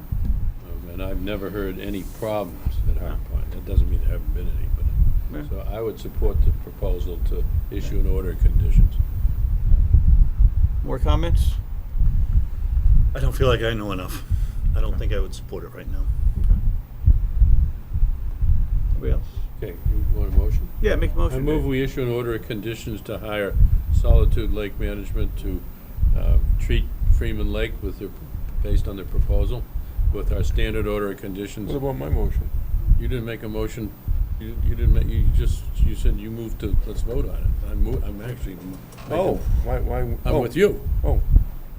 I didn't think we had any kind of agreement between the members. Well, apparently we don't, so that's why I want to see, I want to vote. We know of one that doesn't. A point of order here. So yes, we did have, just backing up a second. So Mark had made a motion that we would take action of some sort tonight, and I think we had a second. So I think all those in favor of taking Aye. some action, aye. I think we have to. I mean, one way or the other, we can't table it. So moving on to Dave's motion. I here. move we issue an order of conditions to hire Solitude Lake Management to treat Freeman Lake based upon their proposal with our standard order of conditions. Second. All right. So a motion, a second. There's more discussion before we take a vote.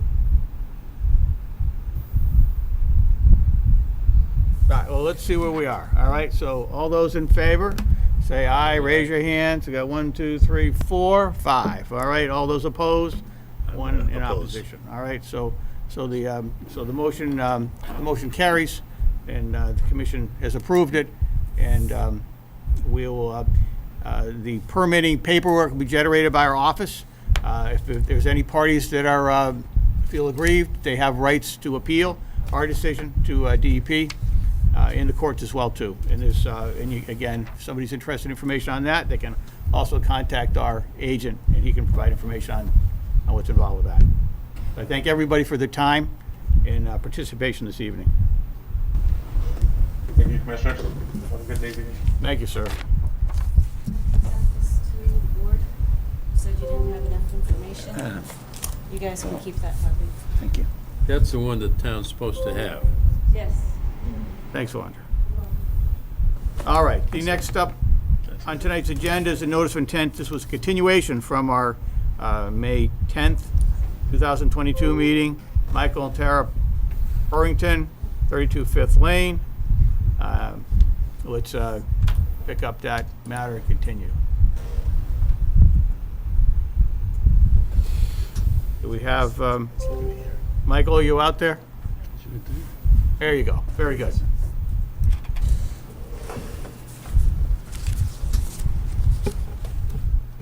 Okay, so leaving the last meeting, there were, I think, 4 things outstanding that we needed to resolve. One was having a site visit, which I think I saw most of you.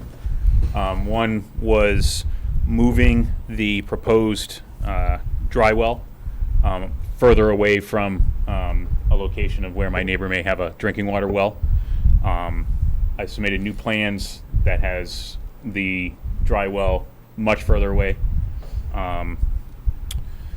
Another one was marking where the trees are that we want to take down, which are close to the lake. So they're marked on the plan itself, and I also submitted I almost submitted a second one that shows me Xing them out. And the fourth item was just more detail on how we're actually catching the water off the proposed deck, which I believe I discussed on site when we did the site visit, on how we're planning to do that, either with a gutter system around the outside of the deck or with an under-deck catchment system that will also go directly into the catchment system that we're planning around the whole house to go to a dry well. So, Mike, does Mr. Hamill go into that in his letter about the drainage from the deck? So the drainage is, as far as Mr. Hamill is concerned, is holistic. We're going to catch all of the water. The deck itself, the question was, what's the actual deck going to be? And it's going to be a sealed deck. So basically, probably a rubber roof system with gutters around it to catch the water, which will then go into the 2 endpoints that we have planned on either side of the proposed addition. To catch that water. So I mean, the commission will need that information once it's He final. did give us a set of calculations as to runoff. Yes. You do have that. Is that Yes, what and that was one of the items was calculations for the runoff, which he's got in the letter, and there are also some calculations There were some volume on calculations and some flow rate calculations, all of which show a decrease in CFS compared to existing conditions. Yes. But Mike, I just want to make sure that the revised plan does not show how the runoff from the deck is being handled. does it? I think it shows in the same manner that it does for the rest of the roofs of the house, where there's an assumption that there's going to be a gutter that's catching the water, and either to a downspout or to a drain that's going to go into these various endpoints of the underwater drain system. I got it. So maybe that's something that will, the architect will Yes. probably end up. And I think it's going to come down to what we choose to do, whether it's an underdeck system. It's still going to be the same thing. Those all drain into a gutter that gets caught just underneath the deck versus it around the perimeter of it. My guess is that we'll probably do a gutter that extends all the way around all three sides of the deck and collects the water and puts it into those drain endpoints.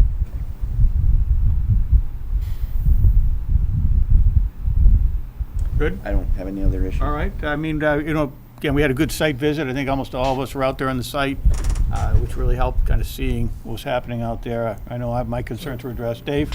So those 3 trees are coming down. You're going to keep 2 of the stubs in place and take one out, is that correct? I'm at least going to grind the third one, the one furthest from the lake, which is pretty close to where the proposed foundation is for the other addition. Are you rebuilding the wooden steps up on either side of the house? Not as part of this project. Not as part of this project. Budget limited. So the only activity on the site is really on the house. It's not on the side yard, except to run the trench out back to the. So there's a second addition proposed in the side yard, which will have foundation and the drainage. That's outside the 50. That's between the 50 and the 100. Are you taking anything down? Are you demolishing anything? In the side? No. On the site? Yes. There's an existing structure, the existing deck in the existing structure. How are you going to capture all that material as you're tearing it down? I was actually probably planning to tear it down myself piece by piece so into a we don't dumpster. want it getting in the lake. Correct. We can apply a debris fence on that lower deck if we feel it's needed, but I think we got a good proposal now. Yeah, I agree. It's a public hearing. Any public comments before the commission takes a vote? Okay, good. Do we have a motion to approve? Well, before we do that, do you have any special conditions that you want in this or not? I think this actually is pretty standard. Again, I think there should be a pre-construction on-site meeting with me. You haven't hired a contractor yet. no, right? and we can certainly have an on-site Probably meeting. Sure. way. So I think it's actually fairly standard. Good. All right. So Mark, you got a motion up your sleeve? No. I move we issue an order of conditions. I wasn't at the site walk, so I'm not. It was a good site walk. I move we issue an order of conditions for 32 Fifth Avenue Fifth Lane. with our standard order of conditions. Yeah. Fifth Lane, rather. Thanks, There Dave. is a Fifth Avenue, isn't Yeah, there? and it's on New York. It's on Freeman. I know it. It's terrible. With no special conditions. Okay, very good. Okay, so motion by Dave and seconded on that? Second. Oh, very good. Quick. Bill had the second. Very good. We've lost our minute taker for a moment or two, but we've got the recording going on actually. Recording. So we get the recording going. All those in favor? Aye. Any opposed? One abstention, and so it's unanimous, but with one abstention, Chris Timula, for the record. All right. Thank you for your time. Burlington. Thank you, Mike. Thank you. Okay, next up on our regulatory agenda here is the notice of intent continuation from May 24th.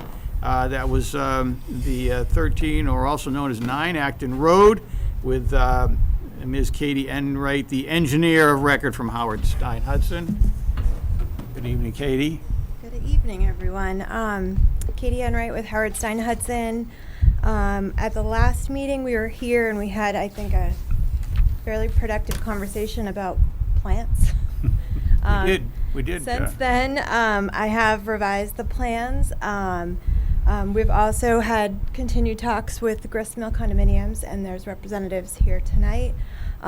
Essentially, we weren't able to come to an agreement. After the last meeting, we went back and forth a little bit. I didn't personally talk to the Gristmill condominiums. Attorney Philip Iliopoulos did.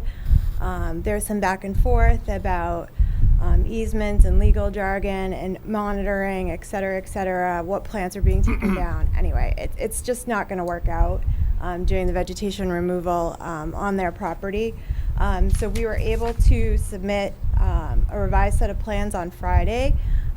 We submitted a package, or the same package, to also the planning board. The planning board had already issued their decision for approval with some caveats that Nancy Arroway, who was here at the last meeting, sign off on the landscape plan, and then secondarily that Beta Group, Phil Paradis, the professional engineer that peer reviewed the project, signed off on the final drainage design. At the last hearing, he had asked us to increase our phosphorus removal, even though we were a redevelopment project. So we switched out one of the best management practices. We had originally a rain guardian that was kind of within Rain the guardian? back. Rain guardian, which is a concrete structure. We used to have Really? it. I thought you said it wrong. Nope, it's a rain guardian. Guardian. I like that. Yeah. So we. She's presented them before. So the rain guardian did not provide infiltration, and pretty much the only way you can remove phosphorus is by infiltration, even though we had infiltration in 3 other places on site. So we switched the rain guardian out for a focal point, which is another best management practice that we use in redevelopment projects. Essentially, it's a small rain garden with filter material. Rain garden, not rain guardian. It's called a focal point, so it's a trademarked device, and what it does is it provides the 80% TSS removal and a way for the water to infiltrate so that we can meet our phosphorus requirement. So that package, you got everything. So you got the response to Beta Group, the professional engineer that reviewed the stormwater. We also had a response. Laura had sent us an email after the site visit. We also responded to her comments. And we were able to provide you with a revised site plan. One of those items being this plan that shows the areas in better detail. This area here, and actually if you can you zoom out, because there's that secondary area. So there's 2 areas that encroach on the riverfront. And areas that have been pulled away from the riverfront. Pull out even more, because I need this back corner. Okay. So there's 2 areas we're encroaching into existing vegetation that are outside the existing limited project, and then some areas where we're adding vegetation back in where the existing project exists. So there's this tiny sliver over here, which a portion of it is within the riverfront area. This is a little area where there's Norway maples that we're basically taking that out. This is between pavement and pavement. It's between where the vans are parked, but a portion of it is in the riverfront area. So I'm denoting that on here as an area within the riverfront that vegetation is being removed that currently has vegetation. There's also a small area here, which we looked at on our site visit, that we're removing the vegetation from in this area here to establish some grading. So what we've proposed here is to do a restoration area that's within the developed portion of the site to make up for these 2 areas at a 1-to-1 ratio. So that area is here, and it shows up on our landscape plan as a newly planted area, which will not be grass. It'll be basically a whole bunch of shrubs in that area here. So this whole area would be planted. This area is currently part of the existing development, so this area will be planted to make up for those 2 areas. We've also, to go back to that plan showing the hatched area, this hatched area is the area that exists within our site that we're looking at doing the invasive removal. And the invasive removal is contained within a narrative. There's a book that's been submitted that talks about each of the different species that exist in that area, and basically how to get rid of them. So in that, we've added, since the last hearing, Norway maple saplings. So Good. So the saplings, will be able to target those saplings and kind of inhibit their regrowth. Exactly. Yeah. So the little guys will be removed, but the big trees will stay in that area. And that's just in this restoration area. Where they exist within sort of the developed areas of the site, we're taking them down. So,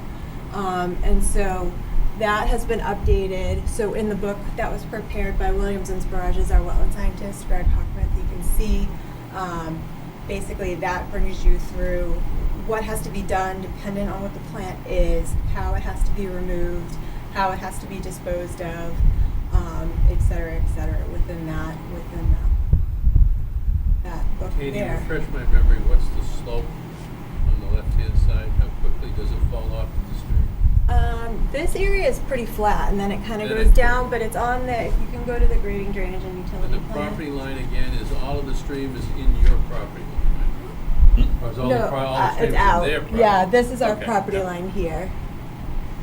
The grading, drainage, and utility plan shows the topography as it goes down to the stream. But That'll this take me area a few minutes. this area kind of goes down a little bit, and then it goes down. So this area is relatively One flat. question that has come up in a couple of hearings is, this is riverfront, and this is probably deemed to be degraded riverfront Mhm. historically. Mhm. I want to make sure that we all believe that this is significant improvement, because DEP will push back at us if they don't agree.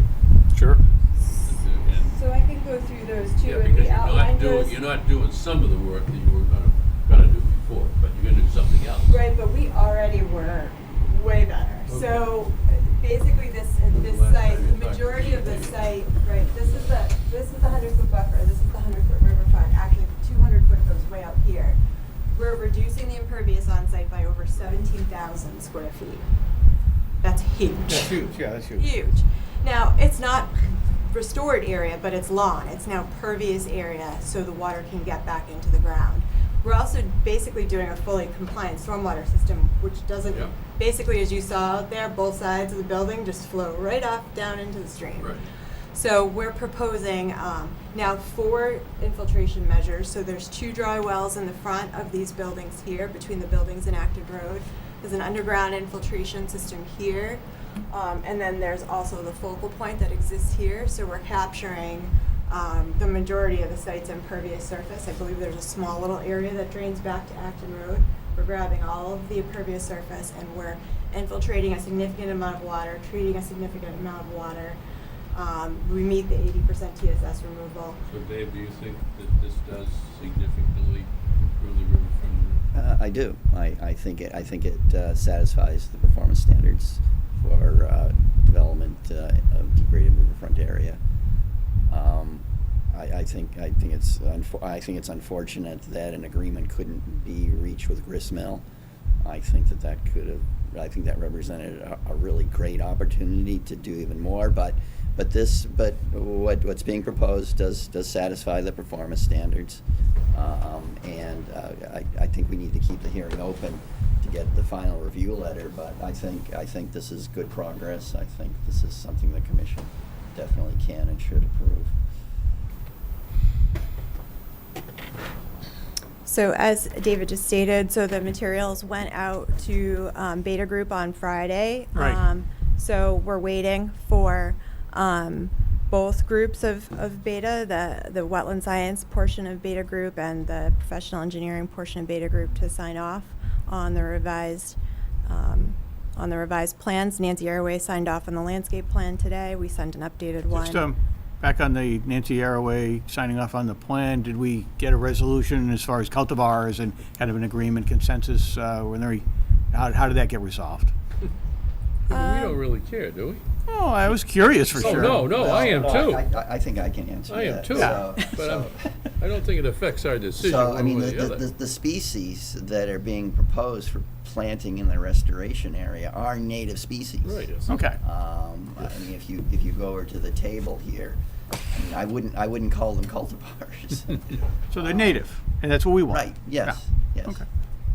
Then we're good. So, I think so. All right, good. I mean, hopefully, I think our peer reviewer will agree with us, but Okay. I think we're All good. right. I think the only one other thing that I would like to see, Katie, is I think we need a schedule for both the area of invasive treatment and the restoration area. I think things will probably be different. Done. I mean, I don't know. For instance, in the restoration area, I don't know. Are all of the plantings going to be done in the same year? And I think in the invasive area, there's probably going to be different things done in the first year at the start. of the treatment than later on. So I think we need a little bit more detail on, sort of scheduling. So there is a schedule for the invasive removal, not as far as like date specific, but there is a schedule as to how that is to happen in the invasive removal report. Oh, I looked But for it, I must have missed it. Okay, I believe, but we can go through that because obviously we're not closing tonight. So we can go through that if there's more specifics that are needed.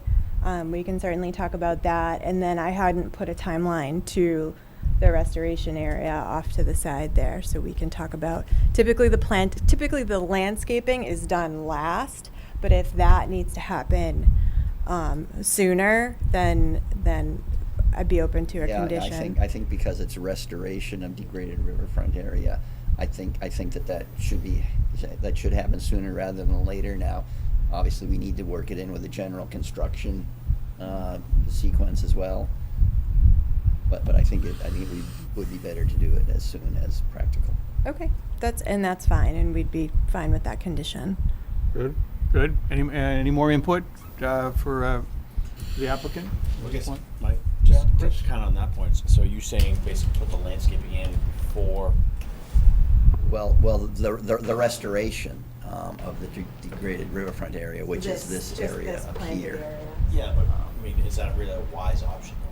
Well, it may not be. I think ultimately it's going to be a matter of talking to the contractor, and if the contractor says, if this area is already planted by the time he starts work, if he says something, well, it's going to be destroyed during construction, so maybe it will have to wait. You're right, Chris. That's a tight area. Yeah, that's my concern. I mean, they're going through all this effort to do this, and then something happens and it backs the Bobcat over it. Agreed. Well, in this area, no, you're bringing up a lot of good points. And this area is currently part of the demolition too, so it's not that, I get that the restoration area has to be done within a certain time frame, but I think that it makes sense. I mean, basically, the invasive removal is happening on the other side of the erosion control, and then this area, it would want to be one of the last things done, honestly, before kind of closing things off. I think that's entirely possible. I think that, again, ultimately, I think it's talking to the contractor and see how that fits into his schedule, so that it works out the best. Right. For We just don't know who that's going to be yet either. So, I mean, certainly we could do that at a pre-construction meeting once we know who's going to be building it too, if that's beneficial, and we could certainly say that in the order of conditions. Yep, guaranteed that'll be a condition. Okay. Good. Any other input for the applicant tonight? We're going to need to continue to our next meeting's on the 28th, June 28th. Dave, motion? You want to wait for that input? Yeah, we might as well. We got the betas doing their final wrap-up. We have all of Approval our engineers reviewed the proposal. We've got answers to all of our engineers. I know our engineers are consultants, right? Right.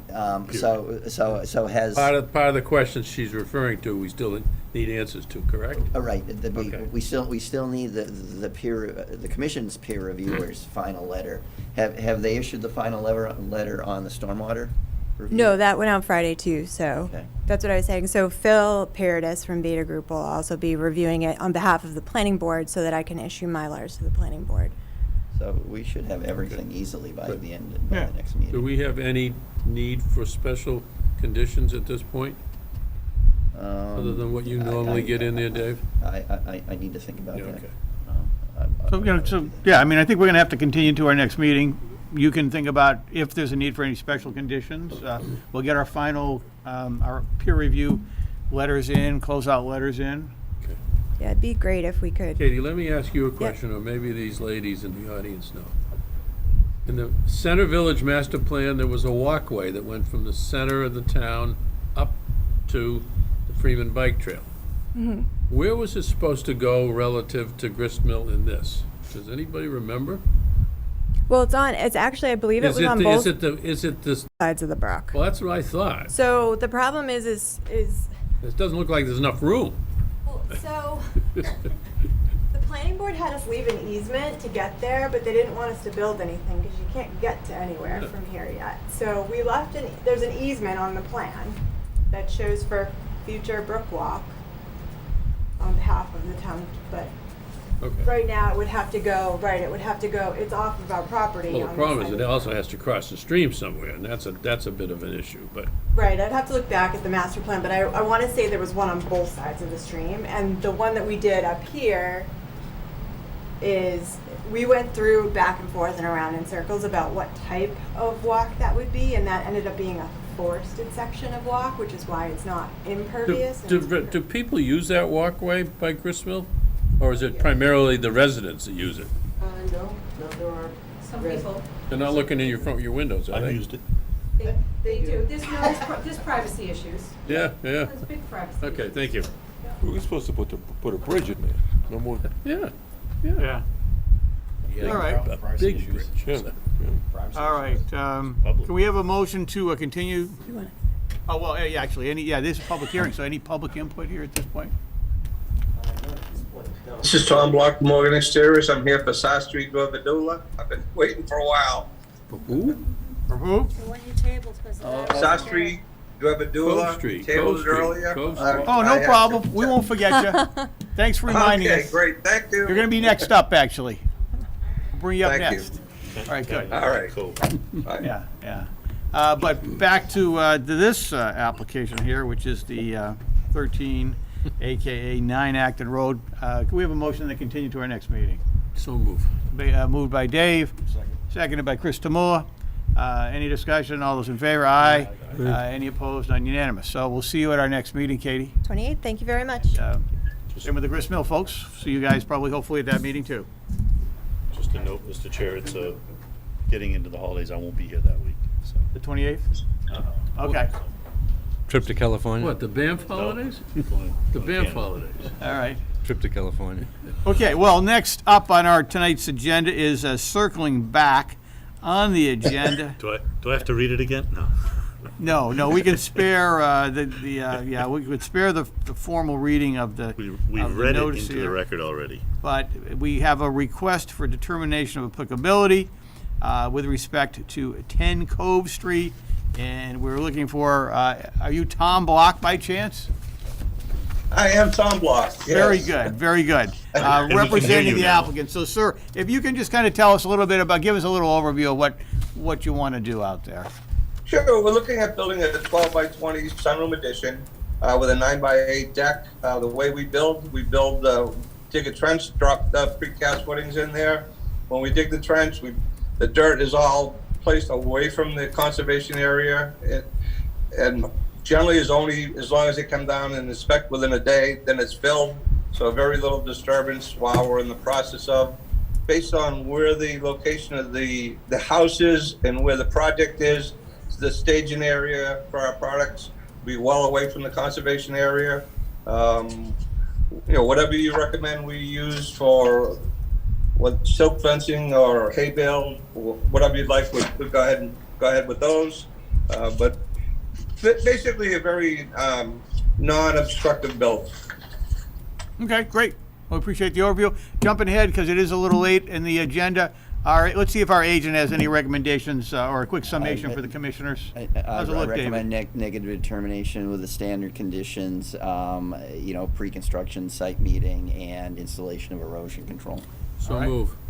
So we have a motion by Mr. McLaughlin to approve. There is a couple of members of the public here. Anybody with public input before we take a vote? No? Good. Mr. McLaughlin made a motion, seconded by Mark. Any discussion before we take the vote? No discussion. All those in favor? Aye. Any opposed? None unanimous. Thank you, sir, for your wait. Have a Thank good you, Tom. evening. Right. I'll let I you- learned a lot about lights. I'll let you know when the paperwork's ready. Appreciate that. All right. Have a good night, Have a good fellas. evening, Tom. Thanks. All right. Bye. All right. So then we're still carrying the notice of intent from the town of Chelmsford on 1/104 Turnpike Road. Had they requested a continuance again? Or? No. Well, it does need to be continued. I did ask the engineer today, which we should have talked about it with Katie before she left. I told him, I asked him if there were any updates, and I assume it continued.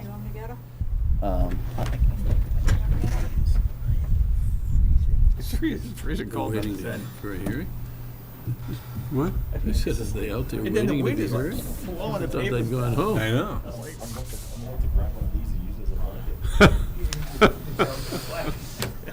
That could be a political statement, too, yeah. All right, we're on a brief pause here, ladies and gentlemen, in the TV audience. Which is nobody. Probably not a lot of people at this time of night, but you never know. I think we put them all to sleep by now. We might have. You see the guy in the audience earlier? Yeah. That was me. Sorry, I don't have any better information, but on behalf of the town of Chelmsford, Howard Stein Hudson would like to request a continuance on the sidewalk application. You haven't heard anything from National Grid? Not that I'm aware of. I mean, it's my public infrastructure group that's doing that project, so I'll check with Bridget and Bob tomorrow, and I assume they haven't. I mean, I can try to pester National He Grid. has. I don't know that it's gonna do much good. You didn't see the pictures of what the work was they did out there. It's not, they made a mess out there. And that's where we want you guys to get, the town needs its area. Yep, so, Trying to find some leverage. Yeah. gotcha. Good. So I will talk to Bridget and Bob in the morning and give you any update that they may have.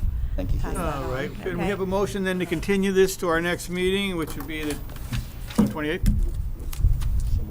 All right, moved by Chris, seconded by? Second. Seconded by Bill. All those in favor, aye. Any opposed, none unanimous. All right, next meeting. Thanks. Okay, so that takes us through the regulatory hearings. I think the loss of the Eagle Independent, I see the notices are in the little sun now. It's like, right? Yeah, yes, I mean, I haven't had any complaints about the cost of the higher cost of the legal notices. But then again, I haven't had any real small projects, people just wanting to take down a few trees. So, it's entirely up to the commission whether you want to authorize me to waive the filing fee, in cases where, it's such a small project. If you see a real hardship and it doesn't make sense, just let us know. So I did watch, because I wasn't here when you had this discussion. I thought you were going to take words out of the notice. And I didn't feel like I got to say fewer words tonight. No, you didn't, because I knew these were ones where there wasn't going to be an issue. I can certainly do that. Just saying. Again, when It could speed up our meetings too, because with the less reading from the clerk. Exactly. Save my vocal cords. easier on your voice. All right, well, we're gonna, Okay, Dave's gonna we look we into go on a that. case-by-case basis. Whatever. If someone really objects, I'll long come as back we're to the legal. commission. yeah. All right, I'll be watching the tape, I gotta go. all right. Okay. Thank you, All right. Vivian. Thank you. Yeah. Bye, Okay, Vivian. thanks, Vivian. No problem. Bye. You bet. Bye. Land management, anything additional on Warren Poll reservation? I can certainly give an update. So I think the last meeting the commission knew that the kiosk had been delivered. Maybe Carl, you can talk about some of the things that have been done out on the site. So actually, Christine Clancy sent me a picture today of the kiosk. It's in the garage. Good. So we're going to find a way to get it over to the site and make that happen. We have moved rocks in the stone wall so that one of the trails can be rerouted. That happened last week. And Steve Mayotte has cut trails a couple times. So the trails, if you need to go out there to check anything out, you're not going to get covered by ticks for the most part. It's fairly ticky, but the trails have been cut. And I did talk with Dale today, and we will be meeting with them on Thursday. I think we need to stick to the 3 o'clock time, according to Dale. He said he can't do earlier. So we may have to do it without our attorney, but we're going to have a discussion on the CR with the land trust on Thursday. Thursday? Yeah. Good. So The other that's, side for the first time. Good. All I right, think that's the highlights. okay. So construction, the driveway improvements and construction of the new parking area are on the DPW's radar screen. Maybe late July at the earliest, but failing that, sometime in August, which I know is later than we. Sometime after the center school playground. Well, Yeah, we gotta get she the said playground some done, in yeah. parallel, so. Yeah. I should throw in, we did donate the one of the sheds. It got delivered over to the Sunny Meadow farm. Good. It got picked up on Sunday, and it's over there now. So Good. that was, One of the sheds? There's one shed on the site. it's the shed we wanted to Tear break down. down and destroy. Oh, the red one? The red one. Oh, yeah. not the one up top? No. Oh, okay, Yeah, that was gonna be our clubhouse, wasn't it? right. Yeah. Right at the bar. We're gonna have our meetings there. We're gonna have our, yeah, have our next meetings. Concom Club, yes. All right, thank you for the update, that's good. All right, good. Let me continue the wildlife refuge to the next meeting. Yes, so we'll, Dave's made a motion to continue the wildlife refuge to our next meeting. I like it. All those in favor? Aye. And Bill had made the second on that motion, just for the record. Okay, good, so now jumping to the update on the raft dock on Willis Road. And we have some interested abutters here. We do, thanks for sticking with us. Dave, you want to give us an update? Well, actually, it started with, Carl. Actually, it came into David first, right? Yeah. Dave Kuntz got it.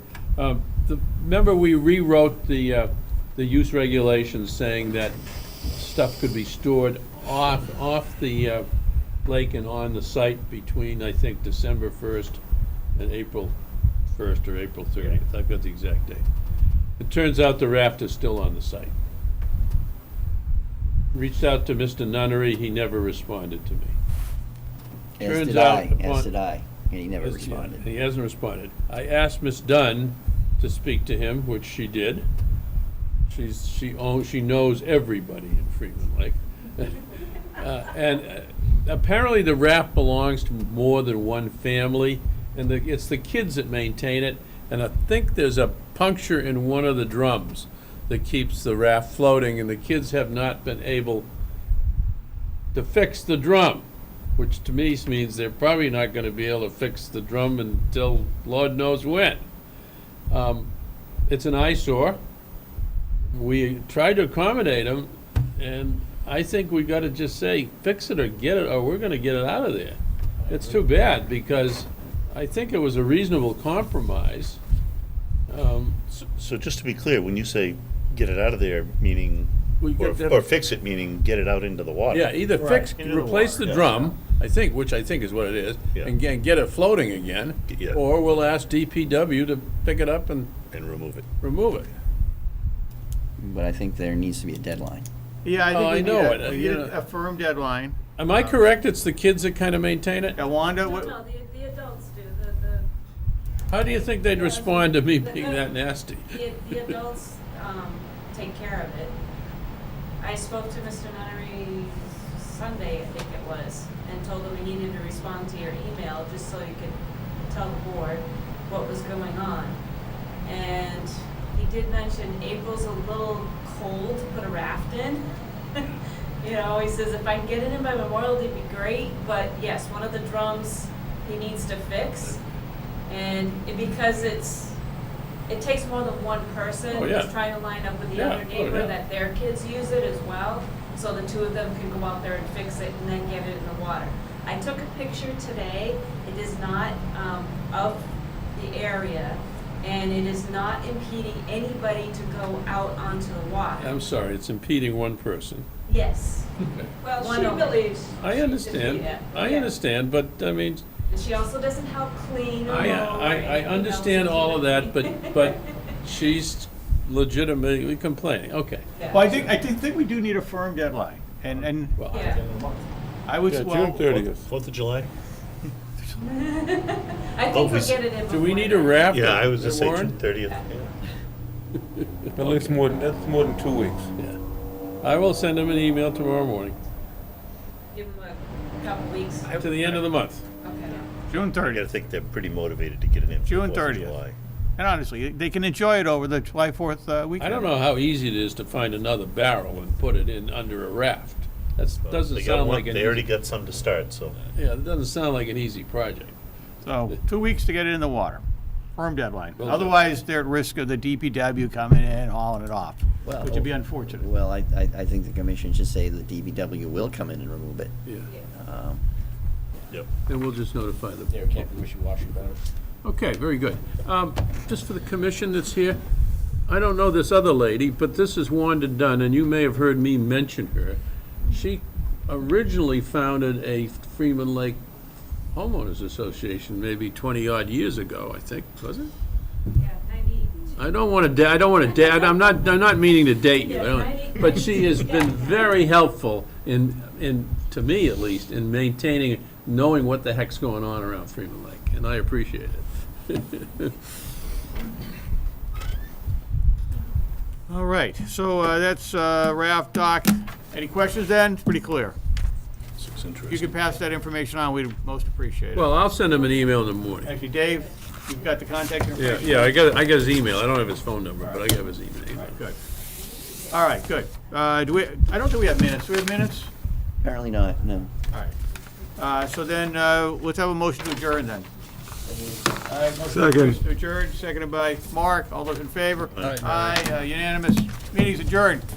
Thank you very much, Chelmsford. Chelmsford Television. Yeah. Chris,